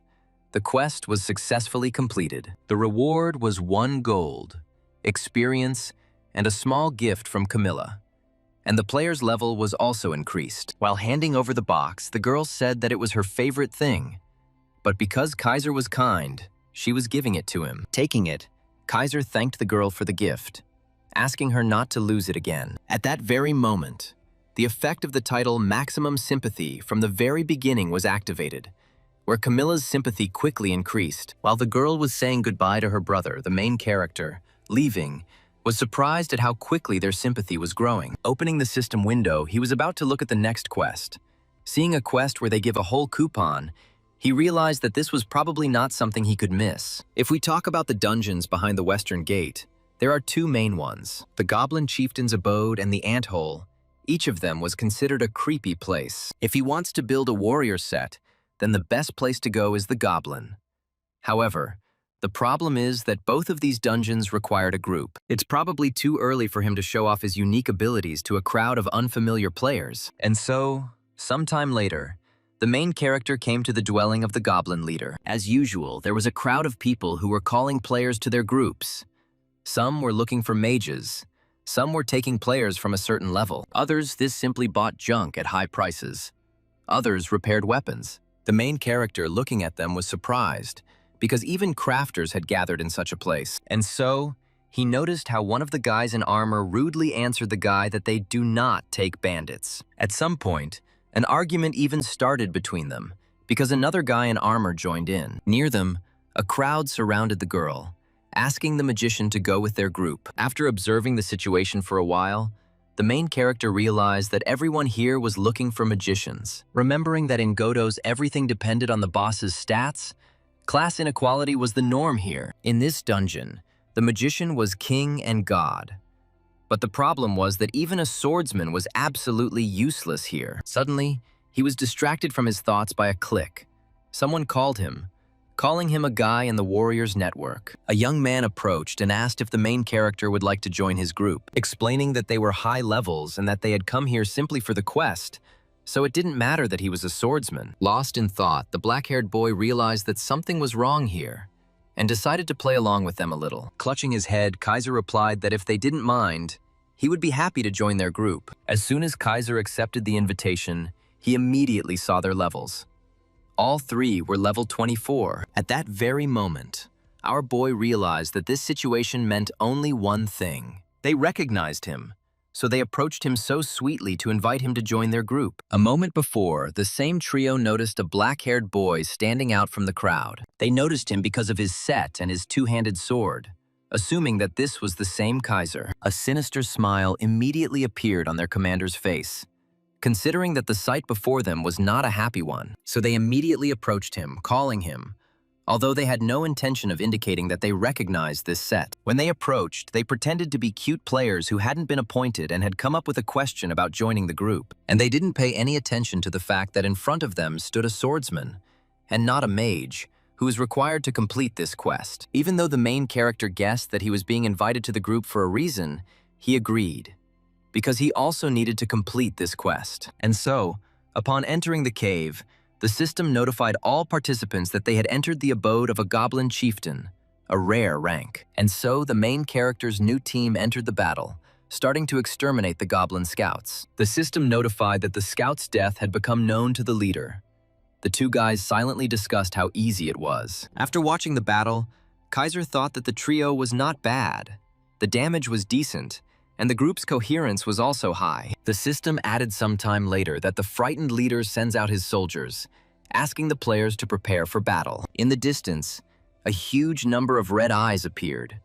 They were monsters that were making disgusting sounds. Turning to the boy, the trio asked the boy if he wanted to try to deal with them himself this time, adding that if he gets into trouble, they will help him, deciding at the same time to try how they can work together. The main character thought to himself that these three had simply decided to test what he was capable of. Deciding that there was no other option but to play along, he headed towards the monsters, grabbing his weapon. Concentrating, he used a roar and a swing, heading towards the monsters at incredible speed. Having immediately begun to cut them to the right and left, gradually the entire earth began to be covered in scarlet. It was the color of blood. With satisfied grins, the two guys thought that it was definitely him. They thought that they were finally able to find him. The commander turned to his partner and asked him how he was, to which he replied that Kaiser was not bad. He added that he skillfully avoided blows to vital points and was quite fast for a two-handed sword. After thinking for a bit, the commander said that with such gear and such a zone, he would hardly have given in to anyone. However, his comrade interrupted him, saying that this was all too strange, which the commander did not understand, asking again, not understanding how their assassin had lost. After all, he was not strong and fast enough to kill their comrade. After all, for an assassin with invisibility and poison to lose, one of the best classes for PvP. The magician standing behind them intervened and said that it made no difference, since their task was simply to finish him off. Throwing all thoughts aside, the commander agreed with the girl with a smile on his face, saying that they should sort it out and wash their hands of this. The tank raised his shield with a smile, asking his comrades if it was time to start. The commander asked them to watch their comrades' faces and act according to the old plan. The big guy asked them not to worry. At this time, our main character continued to fight against the goblins, cutting them down, covering the cave more and more with blood. Running up, the commander said with a satisfied face that the boy really was cool. The others who approached also noticed the black-haired man's strength, because they came to help him. But he managed without their help. To which our protagonist countered their statements by saying that they were also good in combat. They began to discuss among themselves how lucky they were to have found such a professional in their group. The main character thought to himself that they had abandoned their teammate alone in the thick of battle, and were behaving so brazenly after such a dirty trick. They can abandon him at any moment, and if he dies, they will probably get their hands on the main character's gear. After taking a rest, the commander suggested moving on, since they had already stood in one place for too long. Looking towards the main character with a terrifying gaze, the commander thought that he would kill him at the first opportunity. In turn, the main character felt this, also changing his face, thinking that it would not be easy for him to do this. Moving further, the commander was the first to enter the battle, starting to cut down the goblins. The group's tank followed suit, crushing the cave monsters with its strength. An explosion came from behind the main character, and one of the goblins flew straight towards him. The commander, noticing this, immediately shouted at the girl, telling her to aim properly. In turn, the trio thought that the guy had good luck, because the girl was aiming at the guy, but right at that moment a goblin jumped out. The main character thought to himself that he had even deliberately exposed his back to them, but they still missed. After thinking a little more, he decided to wait a little longer, and at this pace they reached the boss's chambers. Immediately the system notified that the goblin chieftain had discovered uninvited guests, and a powerful gust of wind was heard. Following the gust of wind, elite red goblin soldiers emerged to try and stop the assassination attempt on the leader. These goblins were an elite class. They were the strongest and most trained fighters among the red goblins. Seeing them, the commander shouted for Kaiser to hold them back until they... However, before he could finish speaking, he fell silent because the Kaiser, who stood in front of them, simply disappeared. Looking around, the commander of this group shouted out asking where this black-haired bastard was. Tank shouted that the little devil had figured it all out, to which their fellow mage asked the boys to look ahead. Turning around, the commander sensed danger approaching, so he immediately grabbed his sword more tightly. At the very last moment, he managed to block a powerful attack from an elite goblin. The tank was also attacked by one of these goblins, forcing him to defend himself. Turning towards the girl, the guy shouted that he would hold him back, asking her to attack them faster. Nodding affirmatively, the red-headed girl began to recite the spell for a fire attack. However, raising her head, she saw how, at that very moment, a huge boulder was flying towards her. After rolling back the spell, she dodged the attack by jumping back a few meters. Turning her gaze towards the huge doors, the girl's gaze changed and fear appeared on her face. And at that very second, there was a loud roar and a huge red leg appeared. And right behind the body, the goblin himself appeared. The system notified that this was the goblin leader, the boss of a rare dungeon. Tank shouted that they would distract him. But at that time, however, he did not have time to finish his thought. After all, he saw that same black-haired member of the group who mysteriously disappeared before the appearance of the elite soldiers. The red-haired girl immediately shouted insults at the guy, asking him how this was even possible. The main character himself walked silently at first, holding his huge sword on his shoulder. But as he came closer, he spoke, talking about that assassin kid. Releasing a terrifying aura, he asked if he and the very assassin he killed were really friends. While the two guys held off the elites, the girl asked the guy to wait, saying that they were indeed his enemies, but first they needed to clear the dungeon. After all, in any case, they will only be able to pass it if they fight together. The main character replied that this really is reasonable. The girl continued to say that the guy had made a wise decision, but with every word the blood from her mouth grew larger and larger. Looking down, she saw the same black-haired boy thrust his blade into her body, still with the same terrifying face.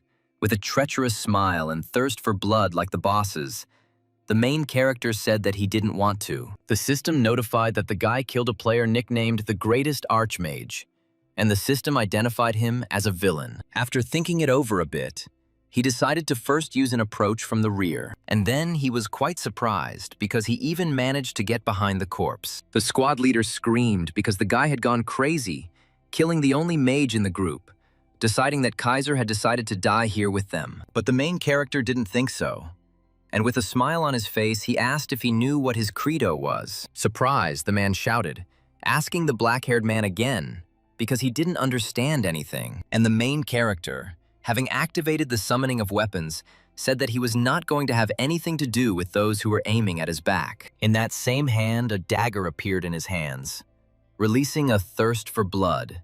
He said that if he only got involved with such people, everything would inevitably go to waste. Seeing the weapon that appeared, the squad leader was surprised, because it was an assassin's dagger.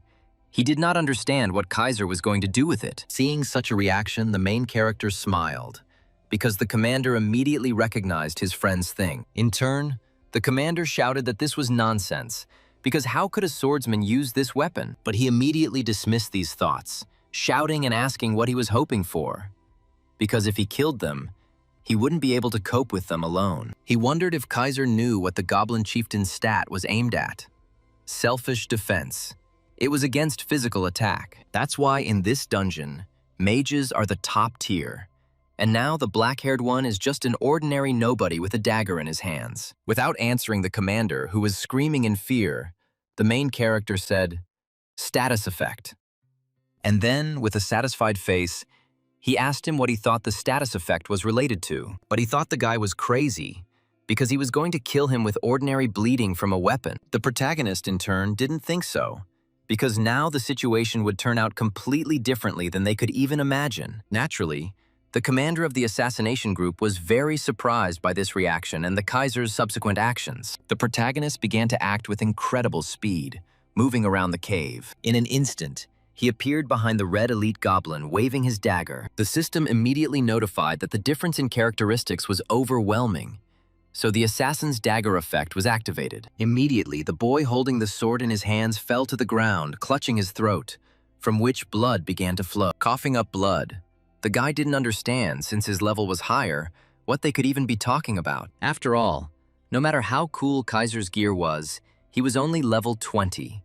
Not realizing how huge the difference in characteristics was between them. However, the protagonist thought otherwise, because the bleeding man couldn't understand that he had received the bleeding skill from a level 20 coupon. In turn, the protagonist thought that even he was surprised, because the effect was cumulative. In Godos, as in the days of Demrock, status effects from the same class usually do not stack. But who could have known that a psychopath like the main character would appear, using assassin weapons with robber skills? With a trembling voice, still spitting blood, he did not understand what kind of cheating this was. Barely raising his head, experiencing wild pain, he did not stop calling our main character a cheater. Finally falling to the ground, the system notified that the protagonist had killed the player Bastard Swordsman. The system recognized him as a villain. Kaiser let out a heavy sigh and thought about how these guys always had the same excuse. Suddenly, a voice came from behind him. It was Tank's cry, worried about his comrade. Looking at the expression on the big guy's face, the black-haired boy thought that for a moment he had even forgotten about him. The big guy himself didn't understand why everything had turned out this way, not understanding where everything had gone wrong as they had planned. However, looking at Kaiser's expression, he realized that he shouldn't have even gotten involved in this in the first place, thinking that it was time to run before it was too late. But it was already too late. His own blood began to splatter in all directions. Just like with the previous guy, the protagonist found himself behind the elite goblin, still in the same pose with a dagger. Falling to his knees, the tank began to bleed, and the bleeding status effect was also applied to him. The system notified the tank that level 03 had dropped below 10%. He didn't understand what that meant. However, without understanding, he fell to the ground, dying.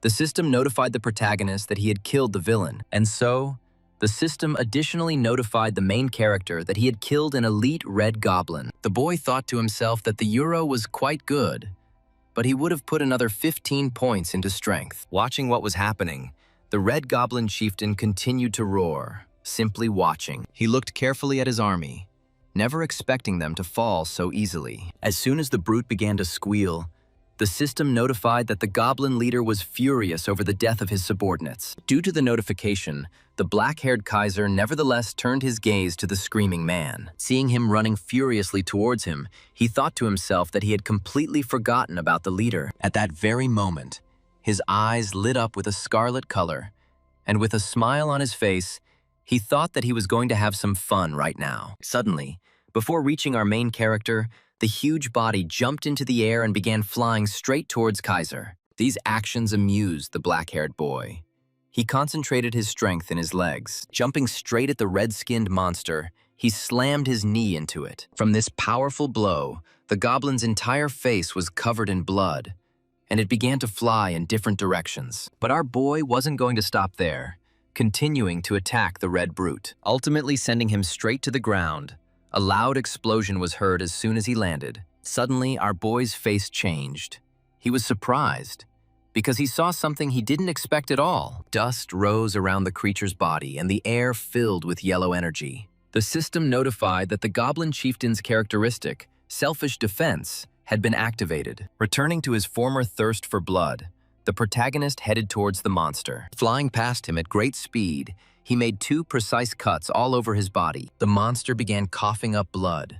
The system notified that level 03 had dropped below 30%, and the bleeding effect had activated. Suddenly, the red-skinned creature felt a strange feeling and immediately turned towards the black-haired man, noticing how he was draining a terrifying aura that even made him tremble. The main character himself was smiling a terrible smile at that moment, saying that it was high time to finish. Naturally, the monster was scared, he was timid, but he was not going to give up so easily, screaming throughout his chambers. And the next second, he simply ran away, trying to leave this place as quickly as possible. The protagonist wasn't particularly surprised by such actions, so he activated the skill of going behind the lines. Turning around to check where the man was, the goblin was surprised because there was no one behind him. But as soon as he turned his head back, he noticed how Kaiser had moved closer to him. With the same expression on his face that scared even the bosses, the protagonist asked the runner where he was going. The red-headed man's face spoke for itself.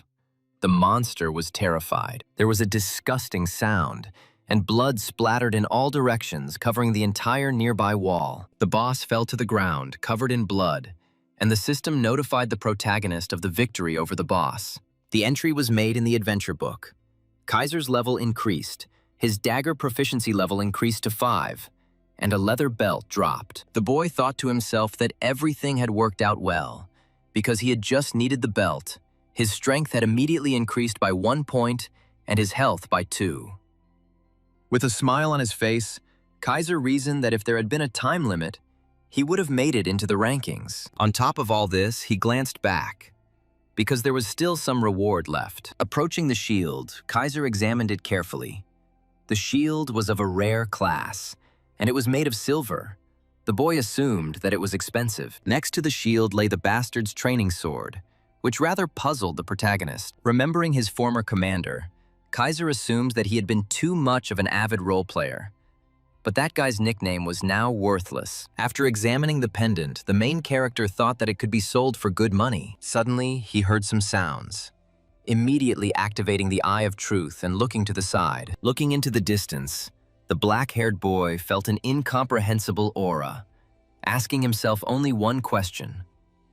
What is it? Assuming that it was hidden, he immediately dismissed these thoughts, because the light was too bright for her. As he got closer, the system notified him that he had discovered a secret dungeon, the hideout of a black goblin shaman. Immediately, a huge portal appeared in front of the main character, which drained a rather frightening force. In addition to this, the system added that Kaiser was the first to discover the secret dungeon, for which he received the title of Skilled Explorer. There are many types of dungeons, from group ones to solo ones and labyrinths, as well as special and event ones. But among them, the rarest and least known are the secret dungeons. They were difficult to find even for players with the explorer profession, because not only were they located in unimaginable places, but they also required special conditions to enter. The system immediately confirmed the conditions in the form of one survivor in the dungeon, the absence of a group. Our protagonist was shocked by this, because in a group dungeon, you need to find a secret entrance alone,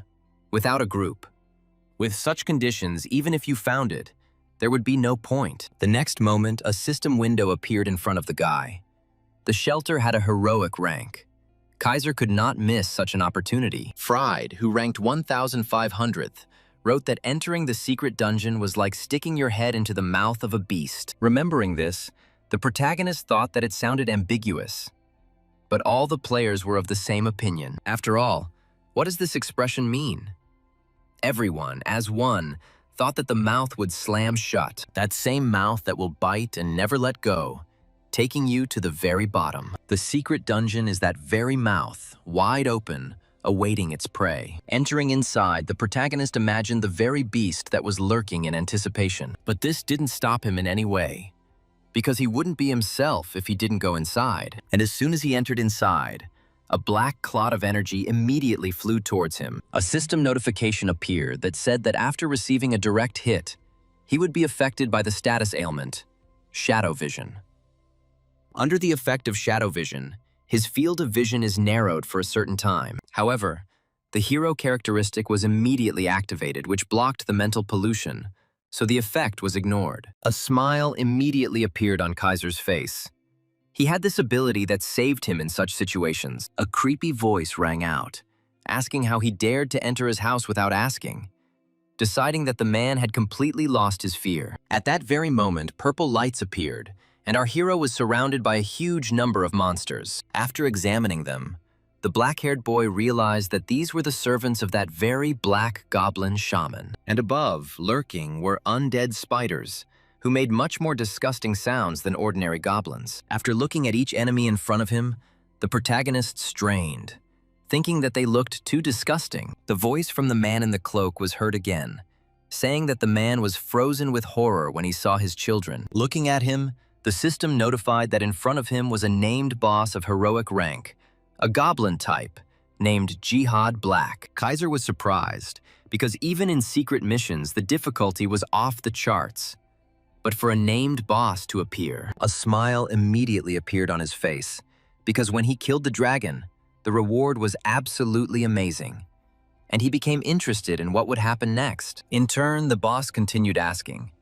He was interested in how the man managed to find this place. He added that he didn't feel that the energy of a researcher was flowing in the person, even though many different forces were mixed in it. After hearing all this, the main character was even more surprised, because the goblin was quite perceptive. Having begun to release his power, the goblin laughed, shouting that this was an unusual specimen and that he felt sorry for him, because the guy was about to die. Immediately, all the mobs in this dungeon became active, also starting to release the same nasty energy. A smile appeared on the protagonist's face, and he asked loudly if he wasn't even tense, about to remind him. Activating his power, he added that when fighting a close-range fighter, a ranged fighter must always be on guard. Naturally, the goblin was very surprised, because he felt a human presence right behind him. The goblin immediately activated control over corpses, and thanks to his sleight of hand characteristic, his speed increased significantly, and then he launched a powerful charge of energy using the corpse's explosion. There was a powerful explosion that raised a column of dust, followed by a gust of wind, and a smile was visible on his face. However, just a moment later, that same satisfied smile was completely replaced by surprise. The goblin immediately turned towards his comrades, simultaneously glancing towards the explosion. After all, right at that moment, the goblin felt a terrifying thirst for blood from the man standing in front of him. A terrifying smile was visible on the protagonist's face. He was pleased that he had found such a wonderful place to receive the reward. The bleeding effect immediately activated. The goblin immediately looked at his body, surprised, because he did not understand when he had been wounded. The main character himself asked with a smile if he was surprised, and immediately added that he had warned him. Enraged, the goblin called the man a rat and began to gather clots of energy. Starting to send them flying in different directions, the goblin shouted that they would now see how far an ordinary person could go. Noticing the approaching attacks, the main character naturally immediately began to dodge them. But the goblin had no intention of stopping at a small amount, continuing to release more and more energy with each passing second. And then, an incredible number of rays began to fly around, hitting exactly the places where the main character stood. The boy thought to himself that he could see everything, where he was aiming, where he was going to hit, and also, looking at his face, he understood what his opponent had in mind. And then, at some point, several black goblins flew towards the black-haired boy. Goblin Black laughed. He looked pleased, shouting that death was about to come right now. The system notified that Boss Jihad Black was using the ultimate necromantic technique, Great corpse explosion. And at that very moment, a powerful explosion was heard. Still giggling nastily, the goblin told the guy that he himself was to blame for bringing his death closer. Suddenly, the laughter died down as a black-haired boy appeared right behind the named boss. With disgust in his voice, Kaiser asked the goblin boss if his skill was on cooldown. But without even waiting for an answer, he hit him in the face with all his strength with his fist, sending him flying. The boss was unable to regroup, so he took the blow with his face and subsequently flew straight into the wall behind him. Saliva and drops of blood flew from the dark-skinned man's mouth. His prowess was strong enough to inflict severe damage on the monster. Sliding down the rock, he grabbed his chest, starting to squeeze it, his breathing ragged. Kaiser himself slowly began to approach him. Looking towards the monster, he released a terrifying aura that seemed to consume all the air around him. Gritting his teeth in anger, the goblin called the protagonist a worthless person, promising that he would definitely take revenge on him. However, the main character wasn't going to listen to this nonsense, and he punched the boss again, causing him to spit out his blood again. But the black-haired guy wasn't going to stop even with one blow. He began to deliver blow after blow to the black-skinned man, not giving him a chance to defend himself. And then, a few minutes later, the boss's nasty voice was heard, asking the guy to stop and wait. Hearing this request, the black-haired boy was very surprised and taken aback for a second. Raising his hands, the boss said that he had hit his bone, adding in a trembling voice that you can't hit bones. Looking at the trembling body and listening to the trembling voice, the protagonist was shocked, not believing that the boss was standing in front of him. And then I remembered that this wasn't just a boss, but a heroic rank boss. Kaiser immediately remembered the great explosion of corpses, thinking that it was quite powerful, but the damage was too weak. Then, seeing that the man standing in front of him was taken aback, the boss immediately came to his senses, and just a moment later he jumped back a few meters to the side, trying to increase the distance from this strong man. Naturally, the main character came to his senses at that moment, immediately looking in the direction of the fleeing man. Immediately, dark energy began to gather around the boss, and he called the man stupid because he was waiting for him to relax. A terrifying smile immediately appeared on his face, and the system notified that the boss of the secret dungeon was activating the genetic factor. Having explained that when Jihad completed the activation of the genetic factor, his rank would increase, Kaiser was surprised by such words from the system. I started to think that even if the enemy seemed pathetic, if he moved from the rank of hero to hero plus, things would take a different turn. Grabbing his sword, he realized that raiding hero plus bosses required a full team, and he couldn't let that happen. It was with these thoughts that he jumped up and rushed towards the goblin. Along the way, increasing its strength by 20 points, the strength exceeded more than 100 points. The system immediately notified that the warrior set's effect had been activated, increasing damage to goblins by 7%. At the same second, the main character also activated the fury effect, which increased damage by 10%. The system also added that sword mastery increases damage by 10%. Looking towards the guy, the goblin couldn't believe his eyes, while Kaiser thought that everyone was equal before his sword. And at that very second he attacked the monster, it seemed his sword cut through even the air. There was a scream, then silence, as the system notified Kaiser that the secret dungeon boss had been defeated. The secret dungeon itself was successfully cleared, and a record of this was entered into the adventure book. The system also congratulated Kaiser for clearing the secret dungeon for the first time, which increased the reward, and he received a double reward for this. The shaman's robe, the shaman's orb of unquiet souls, and his level all increased, and the protagonist was delighted with the system's boosts. He immediately began to study the effects, realizing that they were a bit specific, but would definitely not be unnecessary for him. Following this, a system window opened, where it was said about the trace of a forgotten clan. It is unknown what it is and what it is used for. Lost in thought, the protagonist immediately remembered Demrock, where there were also unidentified objects. After thinking about it a little more, he decided to put it aside for the time being, as he would figure it out someday. Suddenly, he also noticed that he was given an unidentified card, which surprised him greatly. In Godot's, cards were given special attention. Not only skill sets and enchantments, but even bosses listed in the adventure book. The protagonist assumed that if it was a monster card, it was for enchantment or something similar. Opening it, he saw that it was the Black Jihad card, which had the rank of a hero, and when used, a guardian was summoned, after which the card disappeared. The guardian, as the name suggests, is a creature that protects the will of its master, the fire mage's salamander, or the alchemist's golem. These were examples of guardians. The black-haired boy was in shock as he began to remember his past. After all, if it is not a divine beast like a dragon or a tiger, which that very muscular old man was dragging around with him, assuming that in this case the guards usually only eat money and do not bring any benefit. After activating the card, the system immediately notified that the guy had summoned a guard, from which a small goblin appeared. He was level 1, and when he appeared and looked towards the main character, he immediately screamed in fear, not understanding why the black-haired man was still here. Seeing this small creature, the boy was shocked, because he thought it was some kind of misunderstanding. He thought to himself that they usually have a cool look, incredible power. But he got something incomprehensible. Falling to his knees, Jihad could not believe that he had become a dirty servant of a man.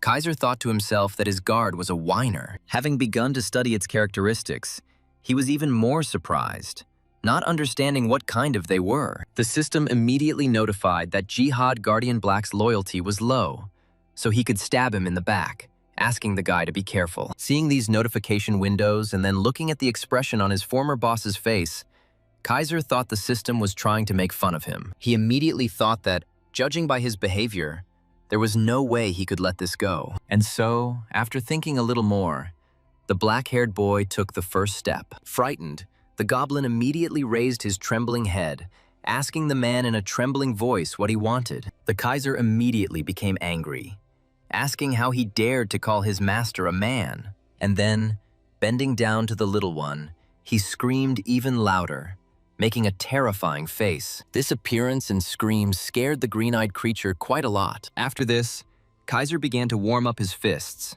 saying that for such an attitude he would receive a blow every second. The little one's face immediately became covered in sweat. He was quite frightened by these words coming from the man, but the main character wasn't joking at all. A terrifying smile appeared on his face, and it was with this smile that he said that he would now begin the educational process. A look of surprise appeared on the monster's face. He could do nothing to counter this larger man. And then, throughout the secret dungeon, screams and slaps began to be heard. The system began to notify the guards about the attack, as well as an increase in loyalty. A fairly loud scream was heard. After clearing the secret dungeon, our protagonist ended the session. As soon as he left the game, the cameras immediately opened, releasing the guy. Standing up, he stretched and began to look around because it was already evening. Leaving the room, he loudly asked his mother if there was anything to eat, but his sister replied that there was not, because she had not left anything for him. Looking towards his lying sister, the main character made a displeased face. Thinking that his eyes would never see her, he went towards the sofa and sat down next to her. He asked his sister where her mother was, to which she replied that she was at a meeting. The guy then asked what she was looking at, to which the girl replied that it was Godot's. Surprised, the guy asked again if his sister also played it, to which she replied that everyone plays this game now. The guy was very surprised by this, and the girl, in turn, added, disinterested in the dialogue, that she was level 71. Naturally, upon hearing such incredible figures, our black-haired boy was quite surprised. After a short pause, he told his sister that if she was level 71, then she had obviously been playing for a long time. She thought for a moment, saying that she had been playing for about 6 months, adding that a friend had promised to level her up, which was why she had come in, but ended up getting hooked. Lost in thought, the guy couldn't believe that it would take him 6 months to reach such a level. He inadvertently said it out loud. That's why the girl sitting next to her pointed out that she wouldn't spend 10 hours on it like some people, which is why it took so long. Between two. And so, the news of the Heroes Guild began. The girl spoke loudly that she knew them. Hearing this name, the protagonist asked again, not understanding what kind of guild it was. And my sister explained that this was the most popular guild among young people. In terms of popularity, they were almost as popular as the Liquidators. Upon hearing this, Kaiser asked why, since they weren't even in the top 10. And the sister explained that it was all because they were handsome. And the head of the guild was Berze, explaining that guys might like the Liquidator, but girls are mostly fans of heroes. Seeing the appearance of the guild leader, the hero, a black-haired boy, said that he was too cute, but the sister did not agree with this. She was interested. She said that her brother should look at his face because it was the standard of beauty. Having added that her brother was as far behind him as the moon was behind him, these words angered the guy quite a lot, and he thought to himself that she should look in the mirror herself. Standing up, the black-haired man said that he would at least go and practice, and his sister in turn added that this chapter was also popular on YouTube. Naturally, Kaiser was again surprised by such words, asking again about YouTube, and she explained that now all the guilds have their own channels, and their videos often get 100 million views. Having heard such incredible numbers, the main character was naturally shocked. The main character immediately attacked his sister with questions, because if there were 100 views, that meant they were raking in the money, and she confirmed this. The sister added that they were raking in about 1 billion won, and Kaiser immediately thought that this could buy an incredible amount of chicken. Standing up again, he repeated the word billion over and over again without stopping, which frightened his little sister. Without stopping doing this for a second, he went back to his room, and still repeating this while standing in the room, he loudly slammed his door. Seeing such a strange reaction, the girl thought that her little brother had gone crazy. Upon entering the room, he immediately fell into the game entry chamber, clearly thinking over his plan of action. Once he got into the game, he decided that he would start by recording a little at a time. At that moment, a goblin appeared, rubbing his eyes, surprised by the appearance of his master. Hearing such words from the guard, Kaiser became angry, asking if he was being too insolent. The little one immediately began to make excuses, but the black-haired man asked him to keep quiet and call him as he liked, and then he threw a cloak in his direction, telling him to put it on, explaining that he himself couldn't wear it anyway, and it wouldn't hurt for him to at least wear something. The system immediately notified that loyalty had decreased by 2 points, and the goblin himself said that since the owner had given him clothes, he was free. However, the protagonist immediately released a terrifying aura, clenching his fist and looking towards his guard. Seeing this reaction, the goblin's face broke out in sweat, and the system notified that loyalty had increased by 2 points. The Kaiser was not pleased with his guard's behavior, but decided to let it all slide. Jihad, in turn, continued to look towards his master, covered in sweat. He began to twist the cloak from side to side, examining it carefully. The protagonist repeated that he should put it on quickly, because precious time was running out. At some point, the main character threw a blade towards the black leather man. Having grabbed it, he then pulled it towards himself, starting to hold the weapon for its owner. Kaiser's face was covered with a terrifying energy. His thoughts were only about pumping, but it quickly turned to discontent. Exhaling heavily, the black-haired protagonist thought that this loyalty was just like an elastic band. While putting on his clothes, Jihad asked his master where they would go next, to which the black-haired man replied with a smile on his face, "Swing." Naturally, the black goblin did not understand this, wanting to clarify this with his master, but did not have time. And so, a fierce battle began. Screams, sounds of pain, and splashes of liquids could be heard throughout the dungeon. The system continued to notify Kaiser of victories over monsters. Looking around, Jihad thought that all these monsters were poor fellows. After all, they were unlucky enough to meet his owner. He was a real demon. Suddenly, Jihad was distracted from his thoughts by Kaiser, who called him over. The little black goblin immediately ran up to his master, who was sitting on a log. Sitting down, Kaiser told Jihad to put the knocked-out items aside and make undead from the corpses. Having thrown down his sword, Jihad immediately began to carry out his master's order. And so, approaching one corpse, he carefully examined the red goblin. Raising his hands, he began to chant a spell, gathering clots of dark energy around himself. At some point, the body of the lying goblin became covered in this dark energy. At that very second, the system notified that the guardian Jihad Black had successfully turned the red goblin into undead. And so, Jihad approached Kaiser, saying that he was done. For now, this was his limit. Lost in thought, the protagonist spoke well, because in the future it will be very useful. And so, Jihad turned to his undead, and began to say something in an incomprehensible language. As soon as he finished, the red goblins immediately turned around and rushed to the side. The Kaiser was surprised by this, and asked his guard where they ran and what he had told them, and the black man explained that he had ordered them to collect items for the owner. The protagonist's face immediately changed. He thought that he had harnessed them to do his dirty work. Exhaling heavily, Kaiser thought out loud that when he raised 2 more levels, he hoped to run into some elite mob. After a short pause, Jihad said that if he was talking about the elite, then he knew where they were. Naturally, the black-haired protagonist was shocked by what he had just heard. Seeing such a reaction from the owner, Jihad said that they were lazy. That's why they always sat in the same place. In an instant, Kaiser's expression changed. He couldn't believe that several people had gathered in one place. And so our heroes set out in search of those very elite monsters. Sometime later, they reached the place of residence. The elite goblins were sitting by the fire, talking in their language. The main character's guard asked the owner if it was them, to which the boy happily replied that it was them. Smiling madly, he thought that this was a real find. Starting to look around at everyone, he could not believe that such a huge number had gathered here. A surprise quest has been activated, a warrior test, rewarding 1 coupon for a mid-rank skill summon, limited to 40 hours. At that moment, our main character was on fire.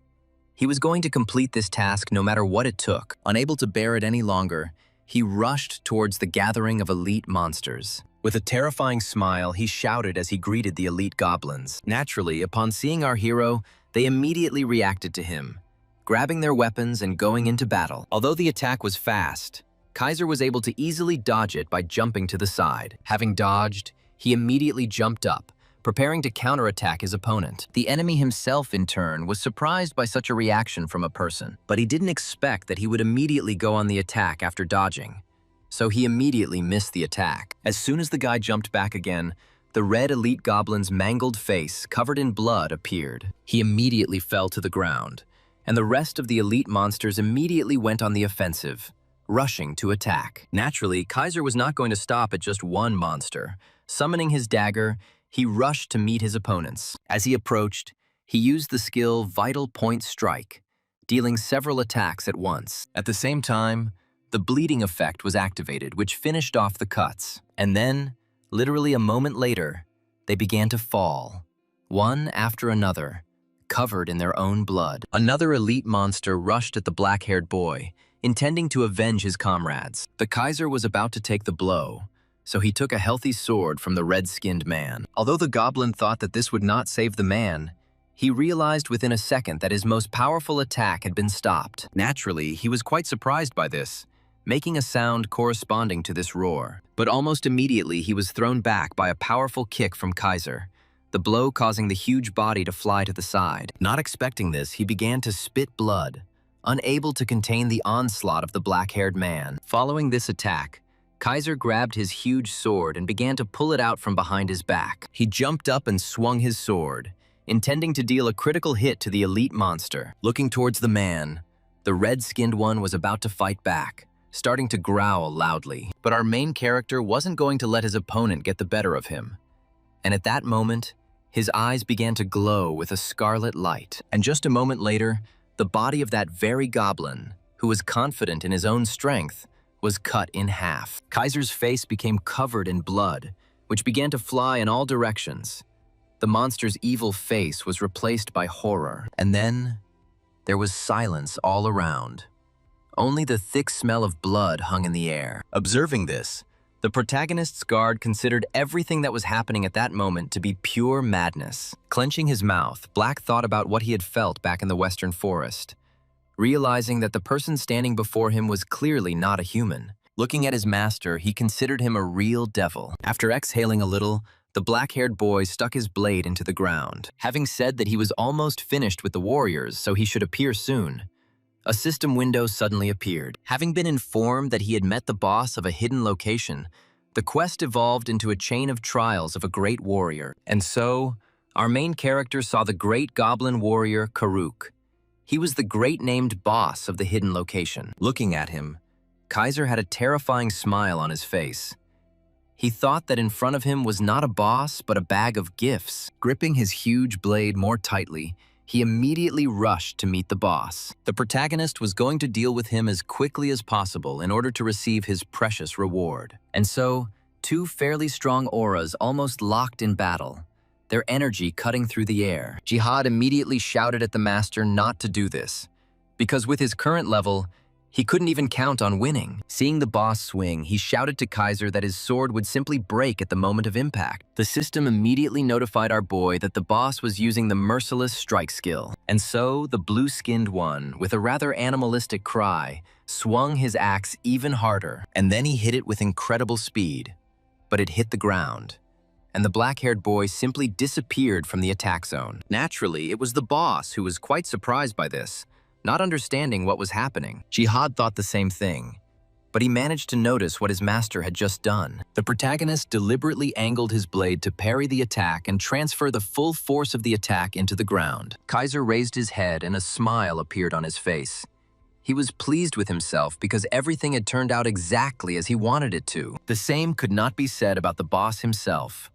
The surprise on his face turned to displeasure, and then, with anger and angrily screaming, he raised his axe again above his head, preparing to attack again. But our main character wasn't going to just stand there and watch as he was attacked. He again brought his sword straight towards the attack, but also using the radius. And so, an endless exchange of attacks began between these two. Jihad Black watched what was happening and could not understand what he was seeing right now. Seeing how the attacks intersected, making quite a loud sound, but none of them reached their target. Taking a closer look, he saw the expression on the black-haired man's face and assumed that he was indeed using parry. Parrying is a reflection of an enemy's attack. If the timing is incorrect, it might not work. The only defensive skill a swordsman can have that is considered a skill beyond the ordinary when the conditions are met is a cheat move. Capable of neutralizing even legendary skills, however, due to the extremely low chance of success, almost no one used it. While using the parry skill, Kaiser thought to himself that he never thought that this skill would drop from a low-rank summon. The system also continued to notify the black-haired boy about the use of skills from the boss. At what point was there a powerful explosion that completely obscured all visibility? Taking advantage of this, Kaiser appeared from behind Karuk, preparing to deliver a powerful attack to his back. Turning around, the blue-skinned man noticed the main character, because he felt him, surprised by his presence behind him. The main character himself, with a rather terrifying grimace, asked the boss if he was currently experiencing a skill cooldown. Karuk began to shout angrily towards his human opponent, not intending to lose to him. Jihad, looking at what was happening, was more and more amazed by his master's skills. The protagonist struck. The boss's blood flew in all directions, and the system congratulated Kaiser on his victory over the hidden location's boss. The achievement was recorded in the adventure book, and at the same time, our boy completed the Great Warrior's test, receiving his reward. The reward consisted of 200 gold, experience, 2 mid-rank summon coupons, and a set of Karuk's leather armor. Naturally, our boy couldn't get enough of such an incredible number of useful awards. Seeing such a reaction, Jihad Black thought that the man was at it again. After all, in battle he looks like a real demon. But as soon as he starts opening cards or something like that, then he becomes insane. The main character's expression spoke for itself. The protagonist immediately began using the coupon to summon a mid-rank skill. Immediately, our main character was surrounded by a huge number of skill cards, and then the first skill dropped. It was the Rising Dragon Strike. The strike deals powerful damage on impact. The second was Striking, a rare class. When used on a target, increases physical attack by 40 units for 40 seconds. A key skill for support classes. It has a duration of 40 seconds and a cooldown of 40 seconds, essentially increasing attack power infinitely. This skill converts damage from a normal sword into damage from a two-handed sword. Clutching his head, the protagonist thought that it was simply unbelievably cool. A DD who buffs himself and fights. And even the Rising Dragon Strike. It looks cool. Kaiser always wanted to try it. He couldn't enjoy the ideal conditions. Suddenly, the system distracted the protagonist from his inner admiration by notifying him of an unidentified object. The guy got a set of Karuk leather armor. Each item had a rank from Rare Plus to Heroic. Naturally, our guy was happy with the new set. The goblin's old attire immediately disappeared, and new equipment appeared in its place. The system announced that he was wearing the Great Warrior's set. Looking at himself, Kaiser thought that this multicolored light looked much cooler than the previous one. Jihad said that the owner looked good, and then he turned to Kaiser again, saying that he sometimes scared him quite a lot. Turning around with a smile on his face, the black-haired boy happily asked if he was imagining it too. Raising his head with pride, He said that sometimes he was afraid of himself. He couldn't wait to see how far he could climb. Looking at his master, Jihad Black tried to understand what kind of person stood before him, but he almost immediately dismissed these thoughts, deciding that the person in front of him was an ordinary psycho. The system immediately announced to the protagonist that his guard's loyalty had decreased by 1 point. The protagonist asked the goblin if he had mentally cursed him, but the goblin immediately said that this was not the case. Immediately, a thirst for blood appeared. Taking out his sword, Kaiser said in a harsh voice that if he started showing off, he would kill him. Jihad Black's face immediately became covered in sweat, and he began waving his arms, saying that he understood his master. The system immediately announced to the guy that the goblin's loyalty had again increased by 1 point, at which point the black-haired man exhaled heavily. He sheathed his sword and began to walk away, telling his guard that it was time for them to leave. Following his master, Jihad asked where they were going this time, to which the main character, without even thinking, replied that they needed to kill the boss right now. Lowering his head, the boy's guard began to deliberately say that since the master had killed the great warrior, he would do the same to the others. However, before he could finish his thought, he suddenly fell silent, because he realized that at that very moment, a notification window popped up in front of Kaiser's face. The system said that in order to get to the next city, he must pass the continent's test. The hunt for the field boss began. The Western Forest is the spawn zone of the Spider Queen Eliza, which was the name of the next boss Kaiser had to deal with. Deep in the forest, there was a crowd of people discussing the boss's appearance among themselves. It seemed like they were waiting forever, and they still had to wait 10 minutes. Everyone wanted to know where she would emerge this time, because last time she appeared in the Eastern Nest. Some of them, based on previous information, assumed that it would appear in the west or north. Our main character entered this crowd along with his guard. Turning to the kid, Kaiser decided to ask him, just in case, if he knew where the boss would appear, to which Jihad replied, no, because she was from the next generation after him, so he was not aware. At that very moment, Kaiser exhaled heavily, because he thought that he knew every bush in this forest. Jihad Black himself looked quite puzzled as he looked around. Our main character was the same, trying to figure out where this boss would appear, deciding that wherever she was, if he used the rear approach, he would be able to get there quickly. Suddenly, the system announced that the Slayer characteristic had been activated, and the location of the field boss, the Spider Queen Eliza, had been discovered. And right in front of him, the black-haired boy saw the transparent red silhouette of a spider. Looking at it, he tried to understand what it was, because they wouldn't receive the title of Spider-type Slayer. Suddenly, his face changed dramatically. He couldn't believe it, because there was only one answer. The effect of the action applies not only to the bosses he killed, but to all bosses in the game. But almost immediately, I threw these thoughts aside, because there was no difference. Now something completely different was important. Immediately that terrifying smile appeared on his face. He thought that he could kill the boss solo. The rear approach was activated. In an instant, the main character disappeared from the place where he stood, and the players standing nearby did not even understand what had happened. At this time, a huge spider was crawling in the dark cave, uttering the same word, Eliza. Right behind her, Kaiser appeared with his guard Jihad, the system immediately notifying that he had met the Spider Queen Eliza. With a smile on his face, the protagonist was surprised that the skill actually worked. Jihad himself did not understand how the owner did this, and decided to clarify, but the main character replied that it would take too long to explain. With that same terrifying expression on his face, he told the guard to just consider themselves extremely lucky in this situation. Looking forward, he said that in front of them stood a real giant. The system announced the beginning of the battle with the boss. The spider, uttering that very word Eliza, rushed towards the protagonist, clearly intending to kill him. But the protagonist was not going to let such a perfect opportunity slip away so easily and immediately prepared for battle. In an instant, he reacted to the attack, which was quite fast for his size, by jumping to the side. Immediately, the boy's entire body was covered in energy. With a smile on his face, he used the skill of going behind the enemy. The field boss looked ahead and saw how the enemy who had just stood in front of her simply disappeared. Feeling an incredible energy behind her, she began to turn, trying to react. But as soon as she turned around, she saw a huge golden dragon approaching her at incredible speed. It was our main character who used the skill Rising Dragon Strike. The set effect deals a 6% additional damage to the enemy. The protagonist carefully examined the boss again. His body was covered in a yellow aura.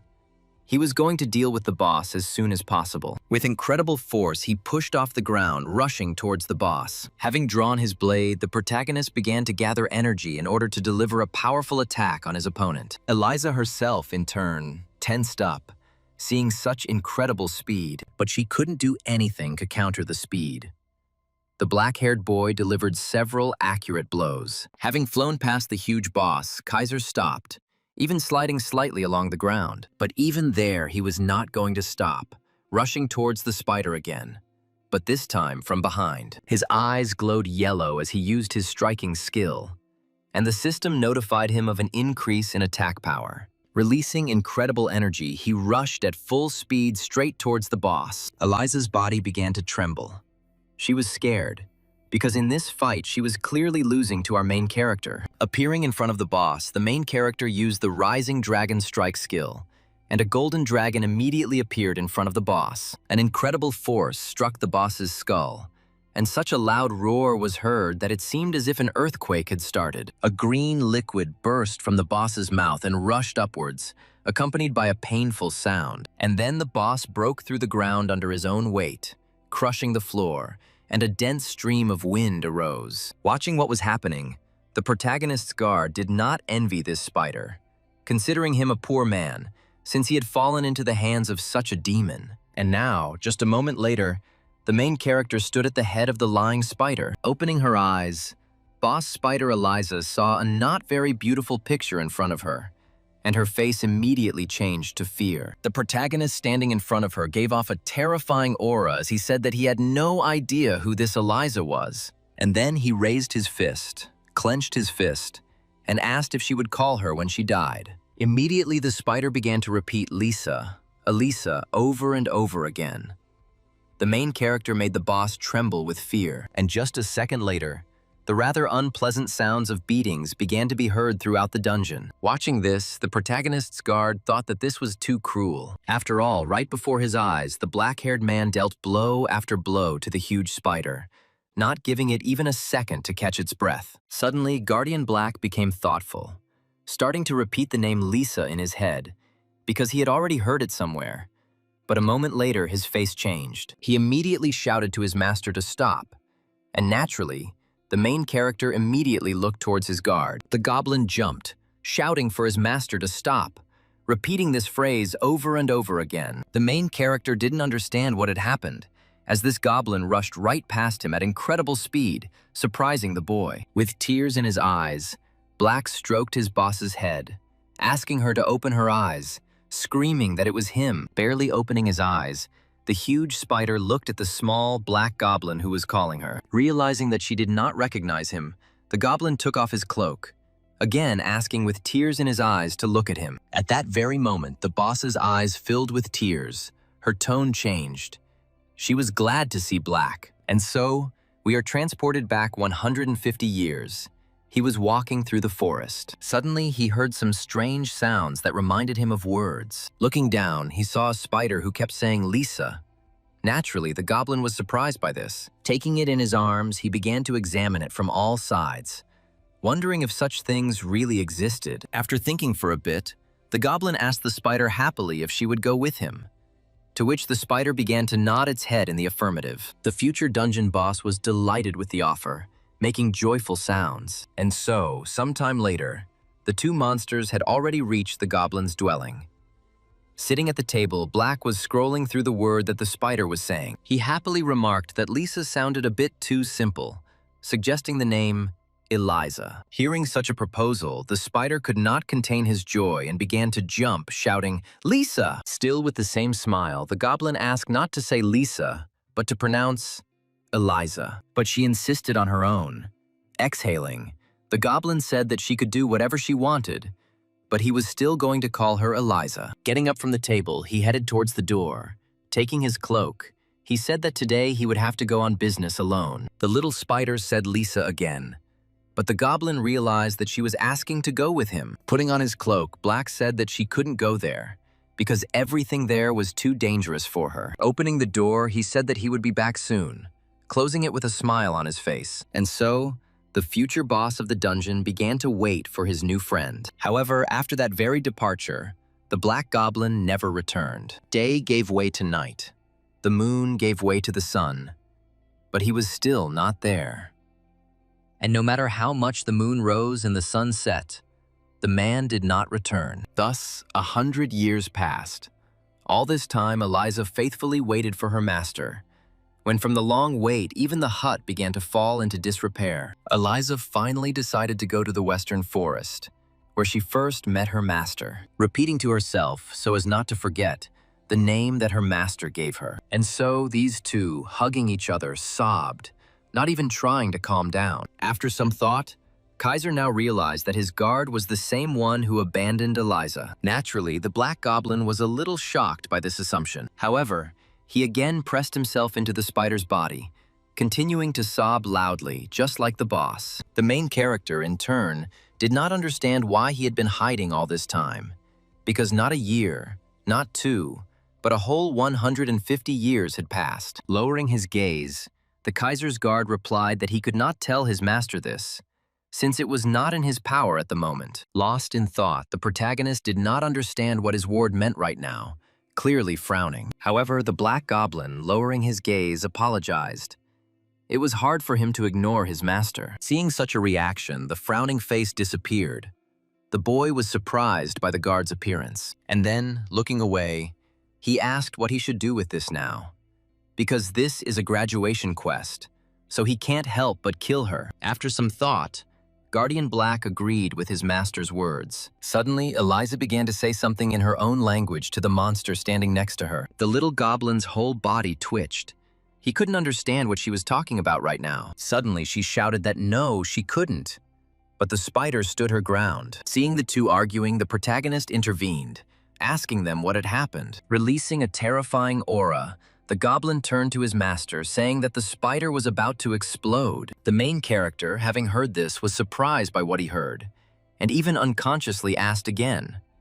But no one answered him. Eliza continued to insist on her own, while the little guard tried to dissuade her from this action. Suddenly, with a sharp movement, she brought her paw to her jaw, biting herself hard, and blood began to splatter in all directions. Black shouted the monster's name in alarm, while the protagonist looked at the boss in surprise, not understanding what was happening. The system notified the guy that Boss Eliza was struck by a strong poison, and her hit points had dropped below 10%. Seeing how Eliza was gradually losing consciousness, the protagonist's guard tried to understand what she was doing. She answered him something. The goblin's face gradually became sadder. It was hard for him to accept such actions from the spider. Eliza could barely speak the words she said as she finished speaking to her old friend. Walking away, with sadness in his voice, Black turned towards the owner, telling him to hit faster. Kaiser did not understand this, asking again. However, the guard stood his ground, starting to shout for him to quickly pierce her with his sword, because there was no time left. With a heavy feeling in his chest, the black-haired boy asked his guard if he was sure about this. But the goblin stood his ground, shouting for the protagonist to strike as quickly as possible, adding that everything would be fine. After hesitating for another second, Kaiser listened to his companion and began to draw his sword. Lifting it into the air, he asked if they were sure he should hit it, and the spider nodded in the affirmative. And so, the main character struck. Blood splattered in all directions, and the system notified that the boss had been killed. She also added that thanks to the absorption effect, all characteristics were increased by 6 points, and a note was made in the adventure book. Looking at the lying spider, which was not moving at all, Kaiser asked his guard if they had really done the right thing with him, to which the little goblin standing nearby said in a trembling voice, "Yes," when suddenly a sound was heard from the lying spider. When Kaiser suddenly noticed a small spider, the system notified that he had discovered a hidden named boss, Eliza, who was parasitizing the spider queen, Eliza. Eliza's loyalty and closeness to the guardian named Jihad reached its peak, and the system asked Kaiser if he gave her the go-ahead to join Jihad's command. The protagonist immediately thought, surprised that she was a parasite. During Demrock's time, there were also such bosses, a special type of boss. They usually couldn't be killed in one go. They constantly changed their hosts, which was quite annoying for players. But the main character was shocked that such a creature would come to him on its own, because he had just acquired another guardian. Seeing the system window, he thought again, thinking that this was quite good. However, if you think about it, Jihad turned out to be quite useful, thought our black-haired boy. Looking at him, he also thought that he was collecting objects, obeying unquestioningly, and finding hidden locations. Kaiser's face turned red.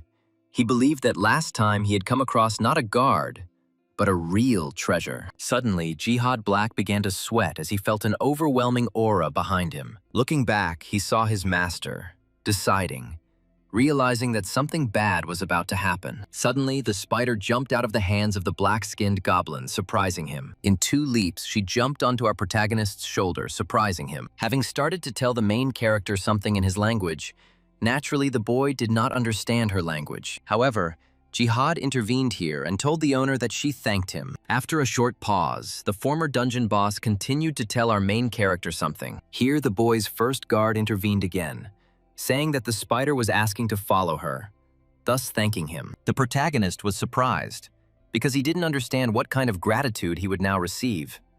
But the spider insisted on his own, and so the 2 guys followed the little spider, going, as it seemed, deeper and deeper into the dungeon. Sometime later, she jumped on our boy again, starting to speak in her own language, telling him something. The goblin translated, joyfully telling his master that Eliza said they had already arrived. Realizing that she meant there was some kind of entrance or exit ahead, Kaiser went inside. Upon entering this so-called entrance, the system immediately notified the guy that he had discovered a hidden location. And so, the main character saw a huge number of spiders in front of him. The system explained that this was an incubator for the eggs of the Spider Queen. And just a moment later, the blue notification window turned red, indicating that these were the offspring of the Spider Queen, field bosses. And at this very moment, the main character remembered that the essence of the graduation quest was to kill the field boss. And this meant more than just Eliza herself. Even though all of this is designed to defeat Eliza, she is the only target. So the outcome will depend on whether or not Eliza can be defeated. Looking around, the main character thought that if he could defeat them, then... However, before he finished this thought, a smile appeared on his face. As he drew his sword and released a terrifying aura, he thought that he would definitely test his judgment right now. Without waiting a second, he immediately rushed towards the gathering of spiders at incredible speed. In turn, the field bosses were not going to wait for the man to attack first. They also pounced on him. The protagonist, as usual, plunged headlong into the battle. His eyes began to sparkle with a scarlet light. As soon as he reached the center of the field boss's gathering, a powerful explosion was heard, raising a bright red column of dust. As soon as the donkey settled down, a black-haired boy appeared, cutting down spiders left and right. Blood flew in all directions. The stone walls, floor, and ceiling began to be covered with green light. Eliza said something anxiously to the goblin, who said with heaviness in his voice that she was right. After a short pause, the goblin added that she was definitely right. Their master was damn strong. And so, gradually the sounds of battle died down, and one after another the spiders began to fall to the ground. As soon as Kaiser landed, the system notified him that the first test had been successfully completed. In total, he killed the hidden field boss as well as 34 regular field bosses, and the system congratulated Kaiser. She also added that with a score of 1,500 points, he received an S rank. He was the first to receive it in the first test, taking first place in the ranking. The system immediately started showering titles. First S rank, best graduate. All stats were increased by 5 points. Suddenly, the spider jumped on our main character again, distracting him from his own jubilation. The protagonist thanked Eliza, saying that her gratitude exceeded all his expectations. But she shouted at the owner in disapproval, and Jihad explained that Eliza said she hadn't even begun to thank him yet. Naturally, the black-haired boy was very surprised by this, turning towards the spider who was telling him something. Looking towards Jihad, he understood everything, pointing his finger up, adding that the spider says that the reward is there. Turning towards the hill, Kaiser immediately used the Eye of Truth to get a better look at what they meant. As he peered closer, he noticed a bright scarlet light.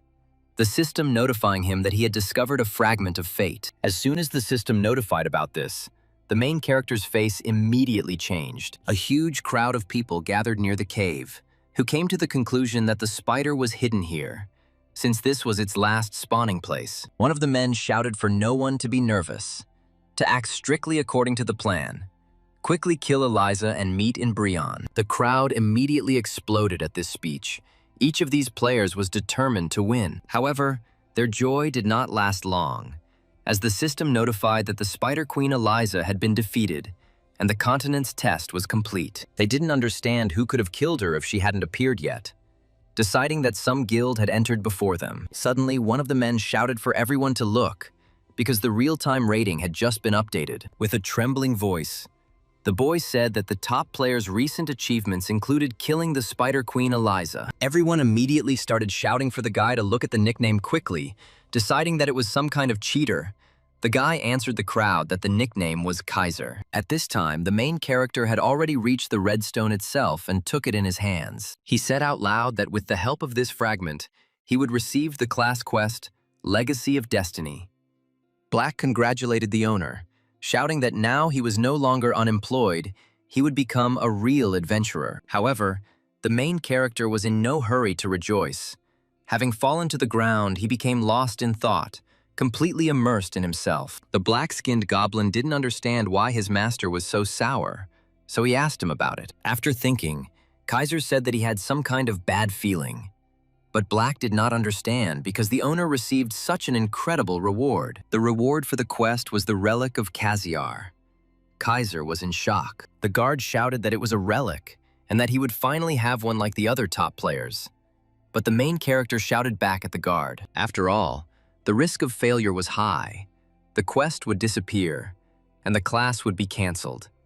It would simply become an NPC with a high degree of freedom. Clutching his head, he screamed that if this happened, he would lose everything he had achieved up to this point. As his face suddenly became even worse, he told them to wait. Turning towards the goblin, he asked him what would happen to him if he became unemployed. Jihad did not appreciate this and yelled at his master. Because he doubted his loyalty, Eliza also yelled at Kaiser. The goblin asked if he was only egging him on because he was looking forward to betraying him and running away as soon as he lost his class. Having struck Jihad, Kaiser stood up, thanking him for his honesty, intending to take on this quest to spite him. The system immediately notified him, describing the quest. He needed to pass a test and prove that he was worthy of inheriting Kaziar's will. With a smile on his face, the protagonist thought that if he could defeat the Iron Blood Dragon, he could handle this too. Having decided that it was time to begin, the guy agreed to the quest, thinking that no matter what mob appeared, he was going to wipe it out. It happened when he drew the Kaziara card as a hidden element. The man screamed in surprise, not believing that the Apostle of Kaziar himself was standing in front of him. The main character, bowing, said that everything was correct. He was the Apostle of Kaziar, adding that if he gives him his blessing. However, before he could finish speaking, he caught the water.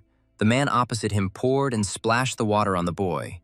Naturally, the main character got angry. Asking what he was doing, the man explained that he was the pathetic apostle of Kaziara, and that he dared to appear in this holy place in such an unclean state. And then he left, closing the door behind him.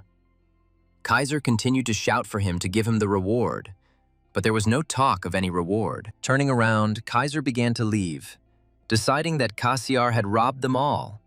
It was all strange, because it was worth mentioning Kaziar's name. As the priests began to have fits, our black-haired boy did not understand what was happening, so he decided to take another close look at the description of his class. Kaziar was the god of war, the lord of the Abtartel, whom even the gods feared, the only true god, a former adventurer. Now Kaiser understood that if even the gods feared him, then to the priests he must look like Satan himself. A smile appeared on the guy's face after realizing this, because it was quite unusual. When accepting the quest, the protagonist thought that a bunch of elite monsters would simply fall on him. But somewhere, he was clearly mistaken. The loud sound even scared Kaiser, who screamed in the direction of the noise. Weapons started falling around Jihad.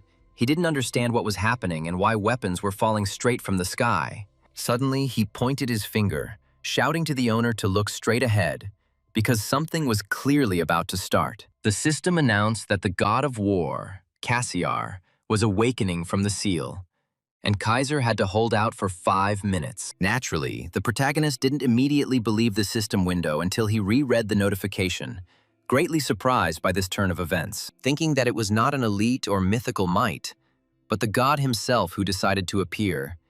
He was also tense that he needed to survive for 5 minutes. Immediately, energy began to gather in his hand. He decided that rereading would not change anything, so he needed to act. A sword appeared in his hands, and with a smile on his face, he said that he just needed to survive for about 5 minutes. His face changed completely.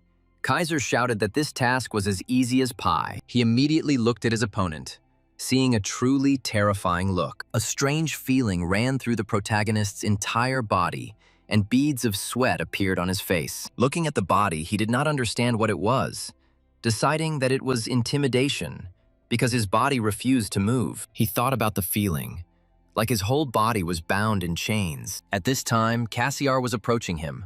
Black was shouting at the owner to get ready for a fight, as was Eliza. Turning around, the boy's guards did not understand what was happening to their master, worried, asking why he was silent. The boy himself was straining with all his might at this time, not understanding how this had happened. Looking at his opponent, Kaiser didn't understand why the heroic characteristic refused to work right now. The system responded that the characteristic was deactivated. It is not a status effect. The protagonist couldn't believe that without any skills or debuffs, the enemy radiated such monstrous intimidation. Having grabbed Eliza, Jihad rushed to flee, shouting that the master was already baked. Naturally, Kaiser was angry about this. He couldn't believe that he had chickened out and frozen in front of some pile of data. Raising his head, he screamed at the top of his lungs for the game to stop making him laugh, every muscle in his body tensing. Jihad, hearing this cry, stopped, looking towards the owner.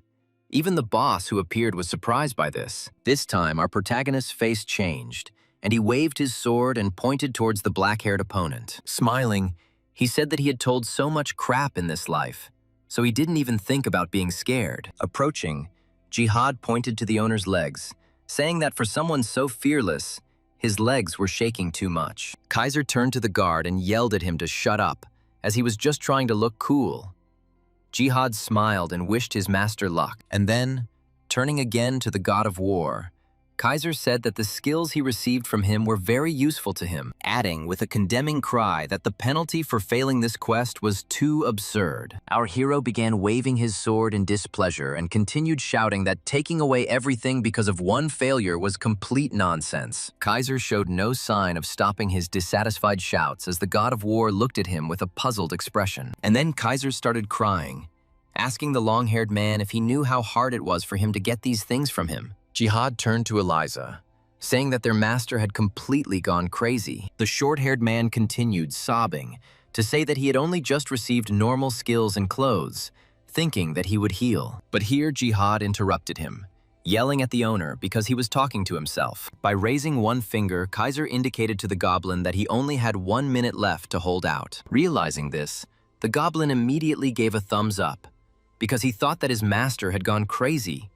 But he had thought up a cunning plan. The goblin once again supported his master, because if everything continued like this, they would survive and be able to leave here victorious. Suddenly, Kaiser jumped up, throwing his blade behind his back.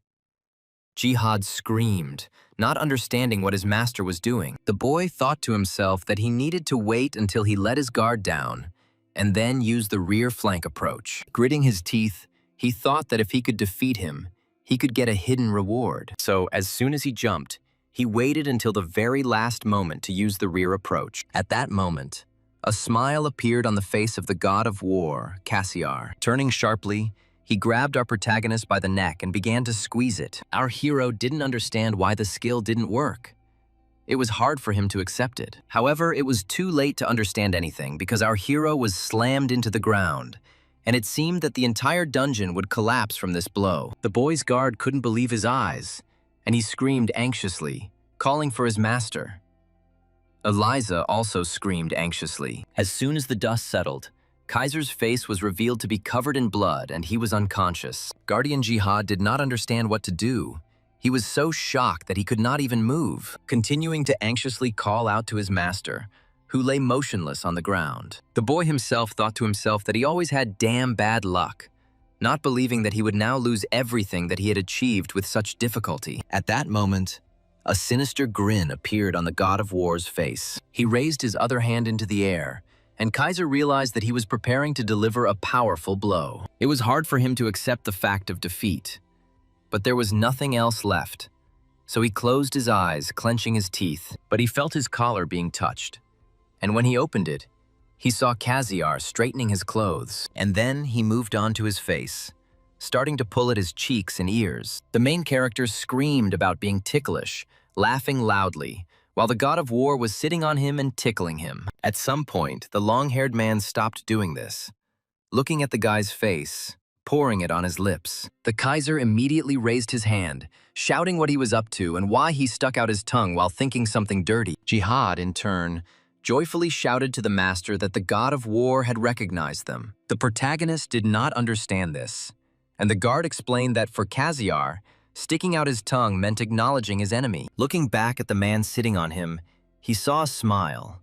Not believing it, the long-haired man made some strange sounds and shook his head several times. Jihad immediately translated, saying that God was asking if he was the one who would inherit his will. The black-haired boy immediately jumped up and started shouting that all this was true. Starting to move incomprehensibly, Jihad translated that God was saying he was the first person who did not chicken out and challenged him. He was worried, but it seemed like the will had pressed in just right, because he wanted to kill him as unworthy. But in the end, he decided that such a level would do. Kaiser didn't understand how Jihad understood him. The system notified the end of 5 minutes. Instead of the apostle path, Kaiser entered the air path. Jihad also added that Kaziar says he will give him his relic. Immediately after the goblin translated this, the God of War put his hand down his pants. Naturally, the main character was very surprised by this course of action. While the god was rummaging around in his pants, Kaiser shouted at him to wait. There was no need to rush. However, just a moment later, the guy's scream died down as some brightly shining object appeared. And again, starting to wave his arms, Kaiser shouted that he didn't need anything, asking if he knew that this wasn't that kind of game. But God was not going to stop, continuing to take out this incomprehensible thing. The main character couldn't bear it any longer and shouted, saying that he was a fucking psycho. This surprised the God of War quite a lot, because as soon as the light disappeared, some strange thing appeared. Black anxiously asked the owner what he had just thought of, and Kaiser did not understand why the object had appeared from there. Taking the relic in his hand, the system notified the guy that he had received the relic of the God of War, 1,000 changes.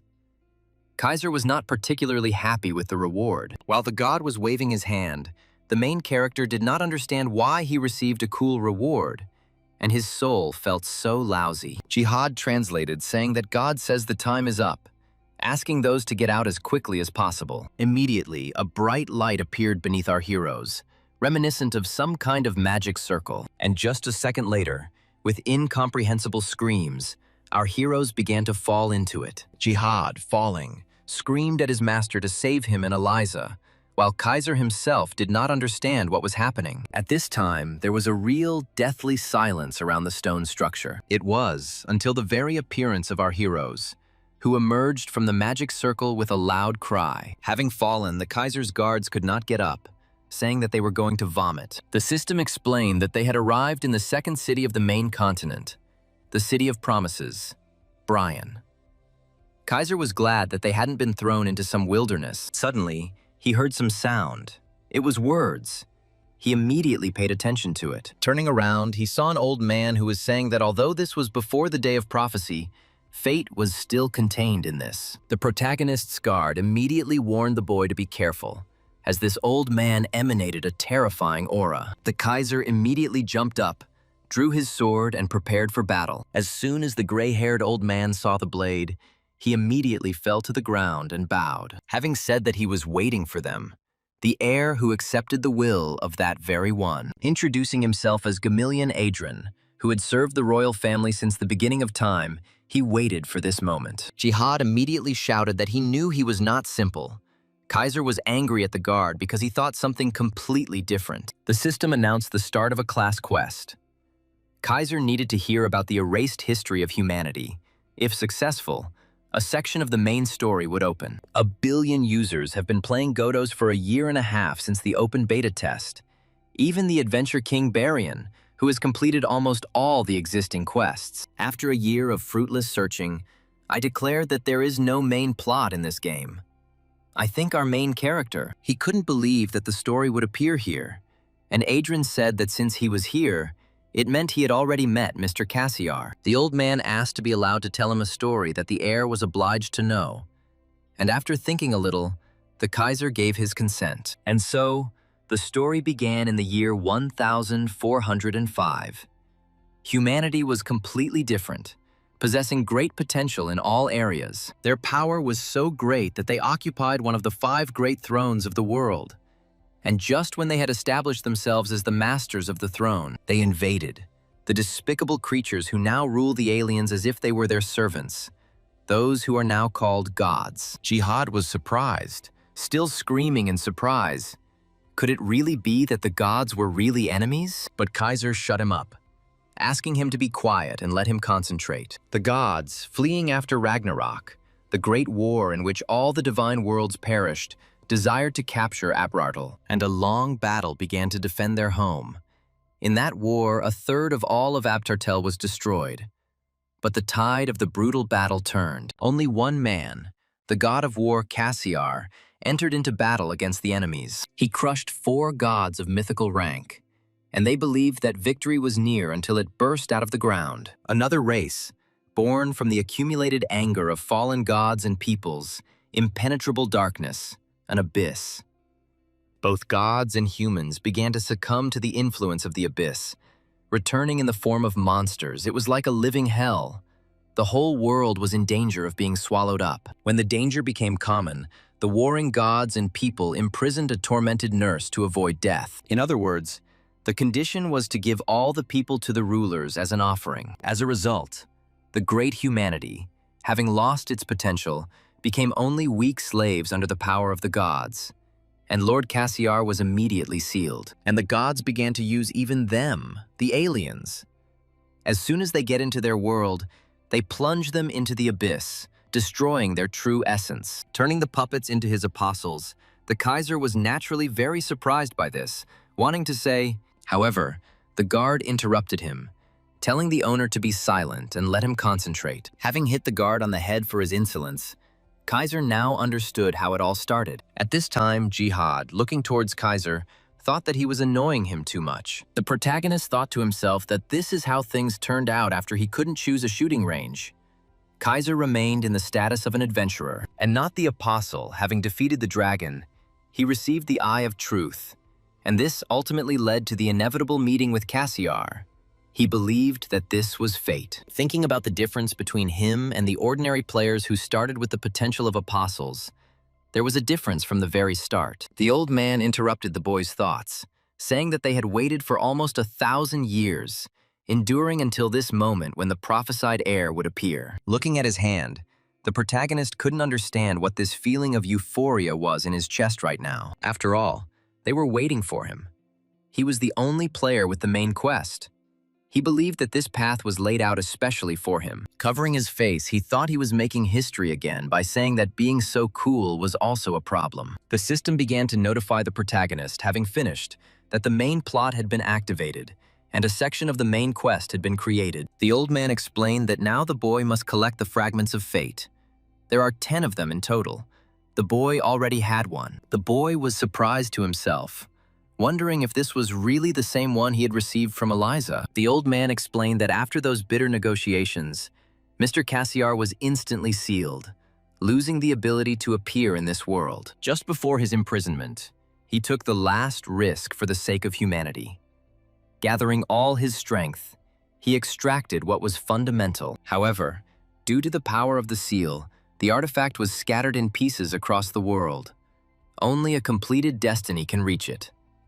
On the day when destiny is reunited, the seal will be removed. That is, when the promised day comes, the current weakened humanity will be in danger. Only by collecting all the fragments will they be able to resist these vile creatures. The Kaiser immediately began asking about the promised day, but the gray-haired man said that he could not tell yet, since that was the agreement. Lost in thought, he asked the old man where he should go to find the fragments of fate, to which he replied that he had heard that one had been seen in Brian.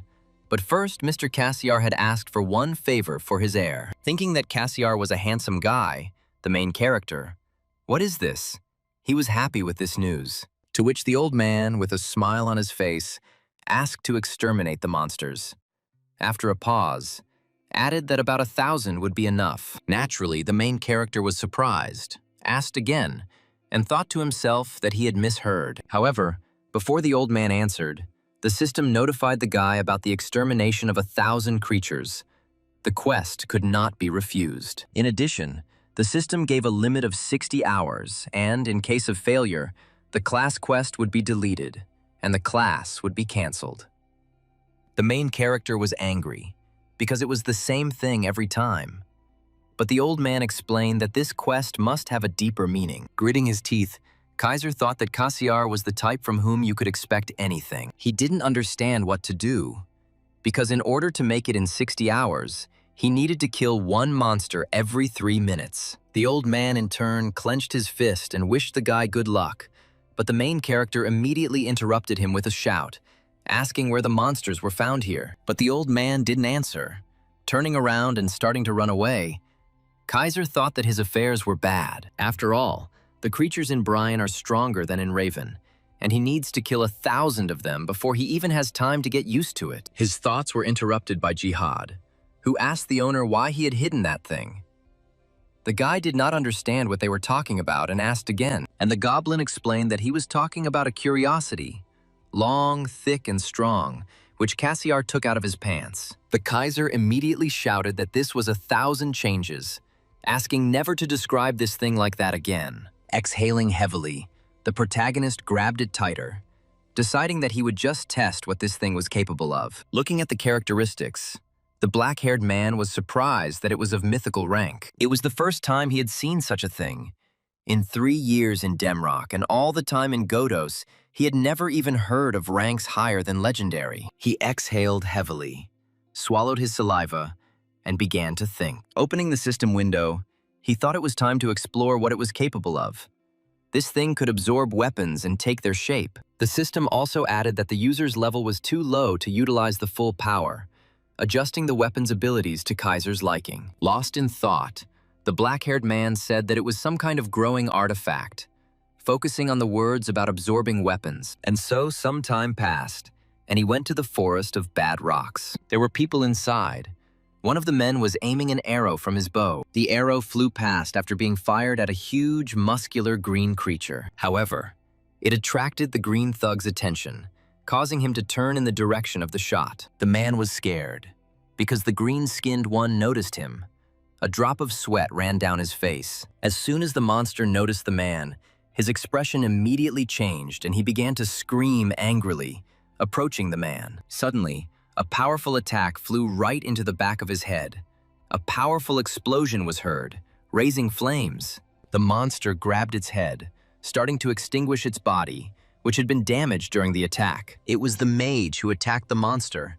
The mage shouted at the orc to get out of his sight. At that very second, the swordsman was about to take advantage of the monster's distraction and rush into attack. Having delivered a powerful and accurate blow to the monster's back, scarlet blood splashed in all directions. However, just a moment later, the swordsman was lying on the ground, as the monster had managed to deliver a powerful attack on the attacker. Standing up, the swordsman shouted that this time they would all attack together. And so, after a rather long battle, they were finally able to defeat the monster. Covered in blood, the green-skinned man fell to the ground, covering the ground in red. The group was quite tired from discussing not-so-simple opponents. The magician said that they managed only thanks to their powers, because everything went much easier, deciding that their journey to Brion was not in vain. The swordsman happily said that this was true, because in this forest right now there was hardly a group with the same training as theirs. These words raised the morale of all the members, so they laughed. Suddenly, they heard footsteps, and immediately looked tensely in the direction where our main character was walking with his companions. Looking at him, They were surprised that he came here without a group, thinking that there was a guard of the monster next to him. They also assessed his equipment, finding it so-so.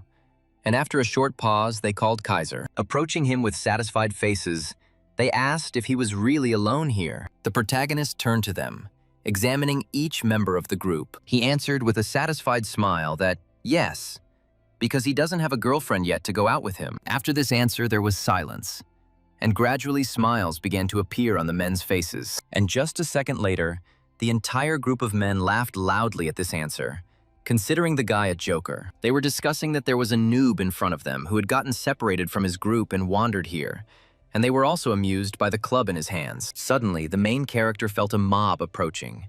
Turning around, he noticed another orc. The next one appeared behind him, and both began to approach the black-haired boy. Kaiser looked carefully at the approaching group of monsters. He wasn't particularly happy to see them, as he wanted to chat a little before completing the quest. And then they appeared. But the monsters weren't going to let that happen, so they immediately rushed towards the black-haired man, intending to kill him. Immediately, 1,000 changes began to glow. It began to take the form of the bastard's training sword, gradually taking the form of a sword, glowing brightly. In an instant, the main character jumped up and got closer to them. He didn't have time to play with them, so he quickly cut down each orc. Blood began to splatter in all directions, covering the ground in scarlet. At that very second, the faces of the entire group changed. They couldn't believe their eyes, because this simply couldn't happen. The leader of the group asked his people what had just happened, hoping to hear what he had imagined. However, looking towards our main character, every man wondered who he was. And now, the guy standing in front of them, the one they had just been laughing at, was standing in a fighting stance. The brown-haired man standing behind him wondered if he had imagined it. He said out loud that it was definitely a staff, but he turned into a sword, not believing that such a weapon existed in Godos. At this time, the next angry orc was already approaching the black-haired guy. Turning in his direction, the protagonist looked at him with a terrifying gaze. Immediately, the 1,000 changes began to glow even brighter, changing its shape. In an instant, it transformed from a huge sword into an assassin's dagger. The magician, noticing this, shouted that it had become another weapon again, not believing what was happening, and the main character threw a dagger towards the orc, thereby killing him. The leader of the group did not understand what was happening, because he kept taking out some kind of unseen weapon. They looked at the bloody body of a huge orc with a dagger sticking out of his chest. Having said that he didn't even think that he could take him out with one blow, the protagonist called back 1,000 changes. The dagger felt the call of its owner, so it immediately burst out of the monster's chest, flying straight into the hand of the black-haired protagonist, who was pleased with himself. At this time, a group standing nearby was discussing this power, the weapon, and the guy in general. After turning back to his normal state, the protagonist waved it, and then looked towards the men, shutting them up with one glance. Scratching his head, Kaiser apologized because he got carried away and killed the monsters, thinking that they were going to kill the orcs, and he took their prey. However, they laughed and said that they had already caught a lot today. The boy looked away and said, "That's how it is." At that moment, several more monsters emerged from the thicket of the forest, heading straight towards the main character. Looking at the approaching prey, Kaiser began to wave the 1,000 changes, spinning it in his hand. And then, suddenly getting into a fighting stance, he said that 100 of them needed to be quickly taken down. And so, some time passed. The air was thick with the smell of blood, and around the guy lay a huge number of dead orcs. Exhaling heavily, he said that it was not enough, asking if they would throw him more orcs. However, after looking around, he noticed that there were no people around. The guard explained that he had killed all the orcs, so they went to another place. The protagonist in turn yelled at Black, saying that he couldn't kill everyone alone because there were whole groups of tough guys with crazy physiques. Suddenly, I noticed 2 green-skinned people walking away. Black pointed his finger at them, suggesting that they had noticed him and were running even deeper into the forest. Kaiser laughed because the monsters sensed a predator in him. I thought to myself that it felt like I had leveled up so much after the graduation quest in Raven. Moreover, the weapon received as a reward turned out to be much more powerful than the boy expected. While stretching his body, he suggested taking a little rest and slowing down the pace. Jihad supported him, because it was worth it for the others to enjoy the hunt too. Suddenly, Kaiser's face changed.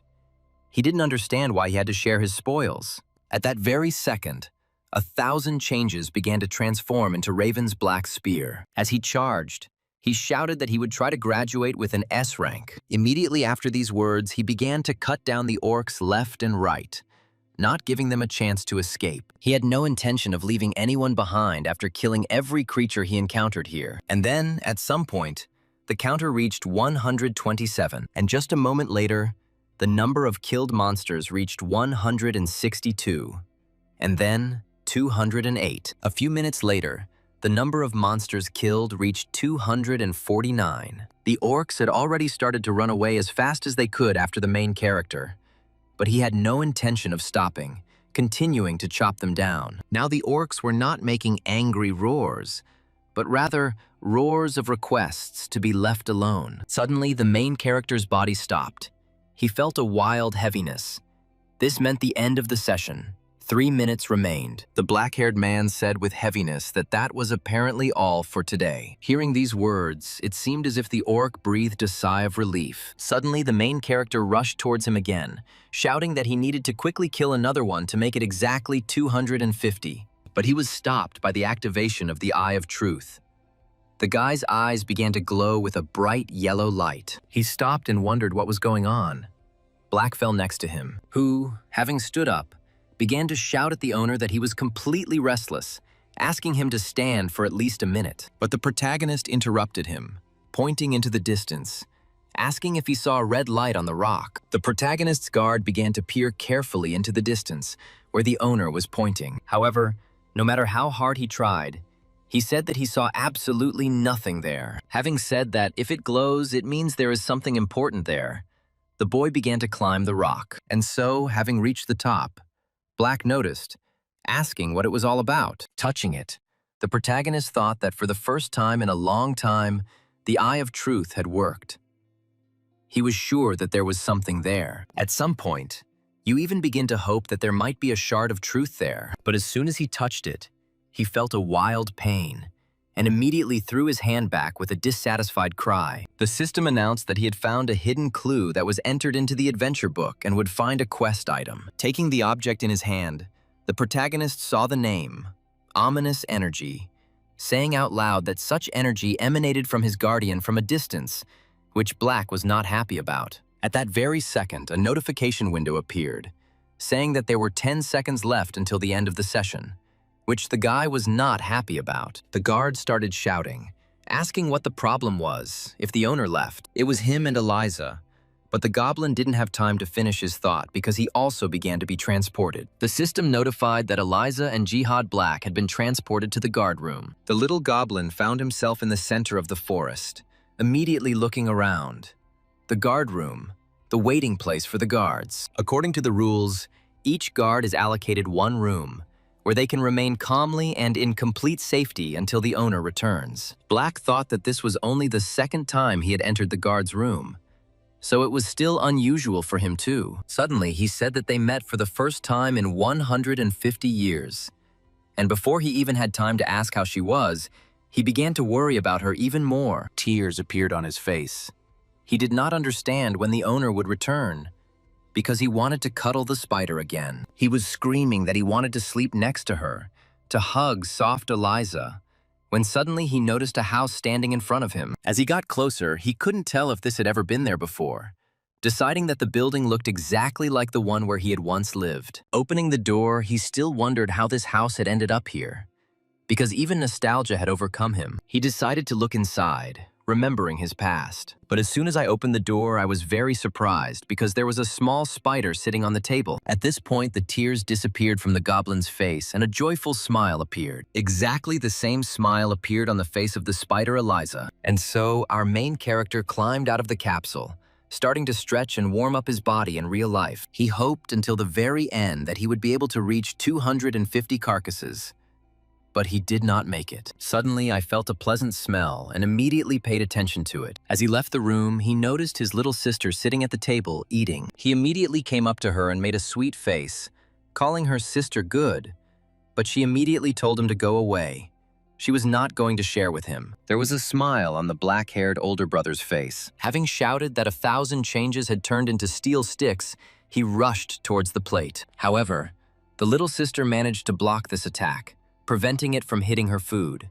Exhaling heavily, the protagonist shouted that this orc was too strong, while his sister called the guy a slug. She asked her brother to come back to reality, believing that he was a complete zero in games, not understanding why he was showing off. However, the brother got angry, asking if she had ever seen him play, and also if she had ever heard about the main quest. Without answering these questions, the black-haired girl asked her brother if he had already joined any guild, to which he immediately said no, adding that he wasn't even thinking about it yet. Laughing, the girl asked if the scouts had ever even approached him. Gritting his teeth, his brother shouted, asking what difference it made since he would eventually become #1 anyway. She threw up her hands, not understanding how he was going to achieve this, since he wasn't in the top 10 guilds and wasn't even close to being as handsome as Burrs. She also added that he doesn't have 100 million views on YouTube, but his older brother shouted at the top of his lungs that he would succeed. And then he started to leave, and his sister asked why he had become so confident in himself. But the main character didn't answer her,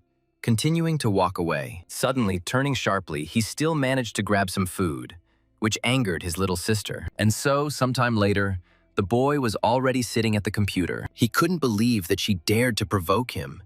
He was going to show her what he was capable of. I thought I needed to quickly look at what he had recorded and posted in accordance with YouTube trends. So, going on YouTube, he decided to check what they were currently posting by typing the word Godos. And as soon as he made that throw, his face immediately changed. He saw himself, marked Kaiser Returned, which was the title of the video that had garnered 1 million views. While Kaiser was mindlessly enjoying himself, the entire world of Godos began to experience a serious fever. Inside, a huge crowd of people were discussing Kaiser's return, deciding that if he had completed the S-rank quest, then it was definitely him. Among themselves, they also discussed the fact that he had already gone to the Stone Forest. Rumors spread quickly, and a real search began in the forest. Among themselves, they discussed how Kaiser, even during Demrock, hadn't gotten along well with the guilds, suggesting that he had disappeared because of the scouts. Some were thinking about how to make money from Kaiser's return. The scouts sprang into action.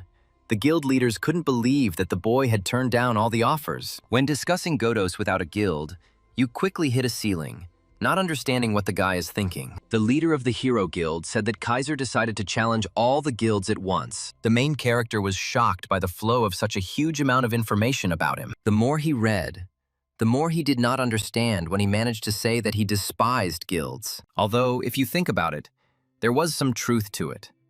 Deciding that while attention was focused on him, he needed to put something out, even with poor editing. After posting the video, he went to bed and said that he was currently on the hype train. He was interested in how many views it takes to make money. And then he even thought about a Ferrari, but immediately dismissed these thoughts because he didn't have a license. And so, with thoughts of wealth, he fell asleep, and morning came.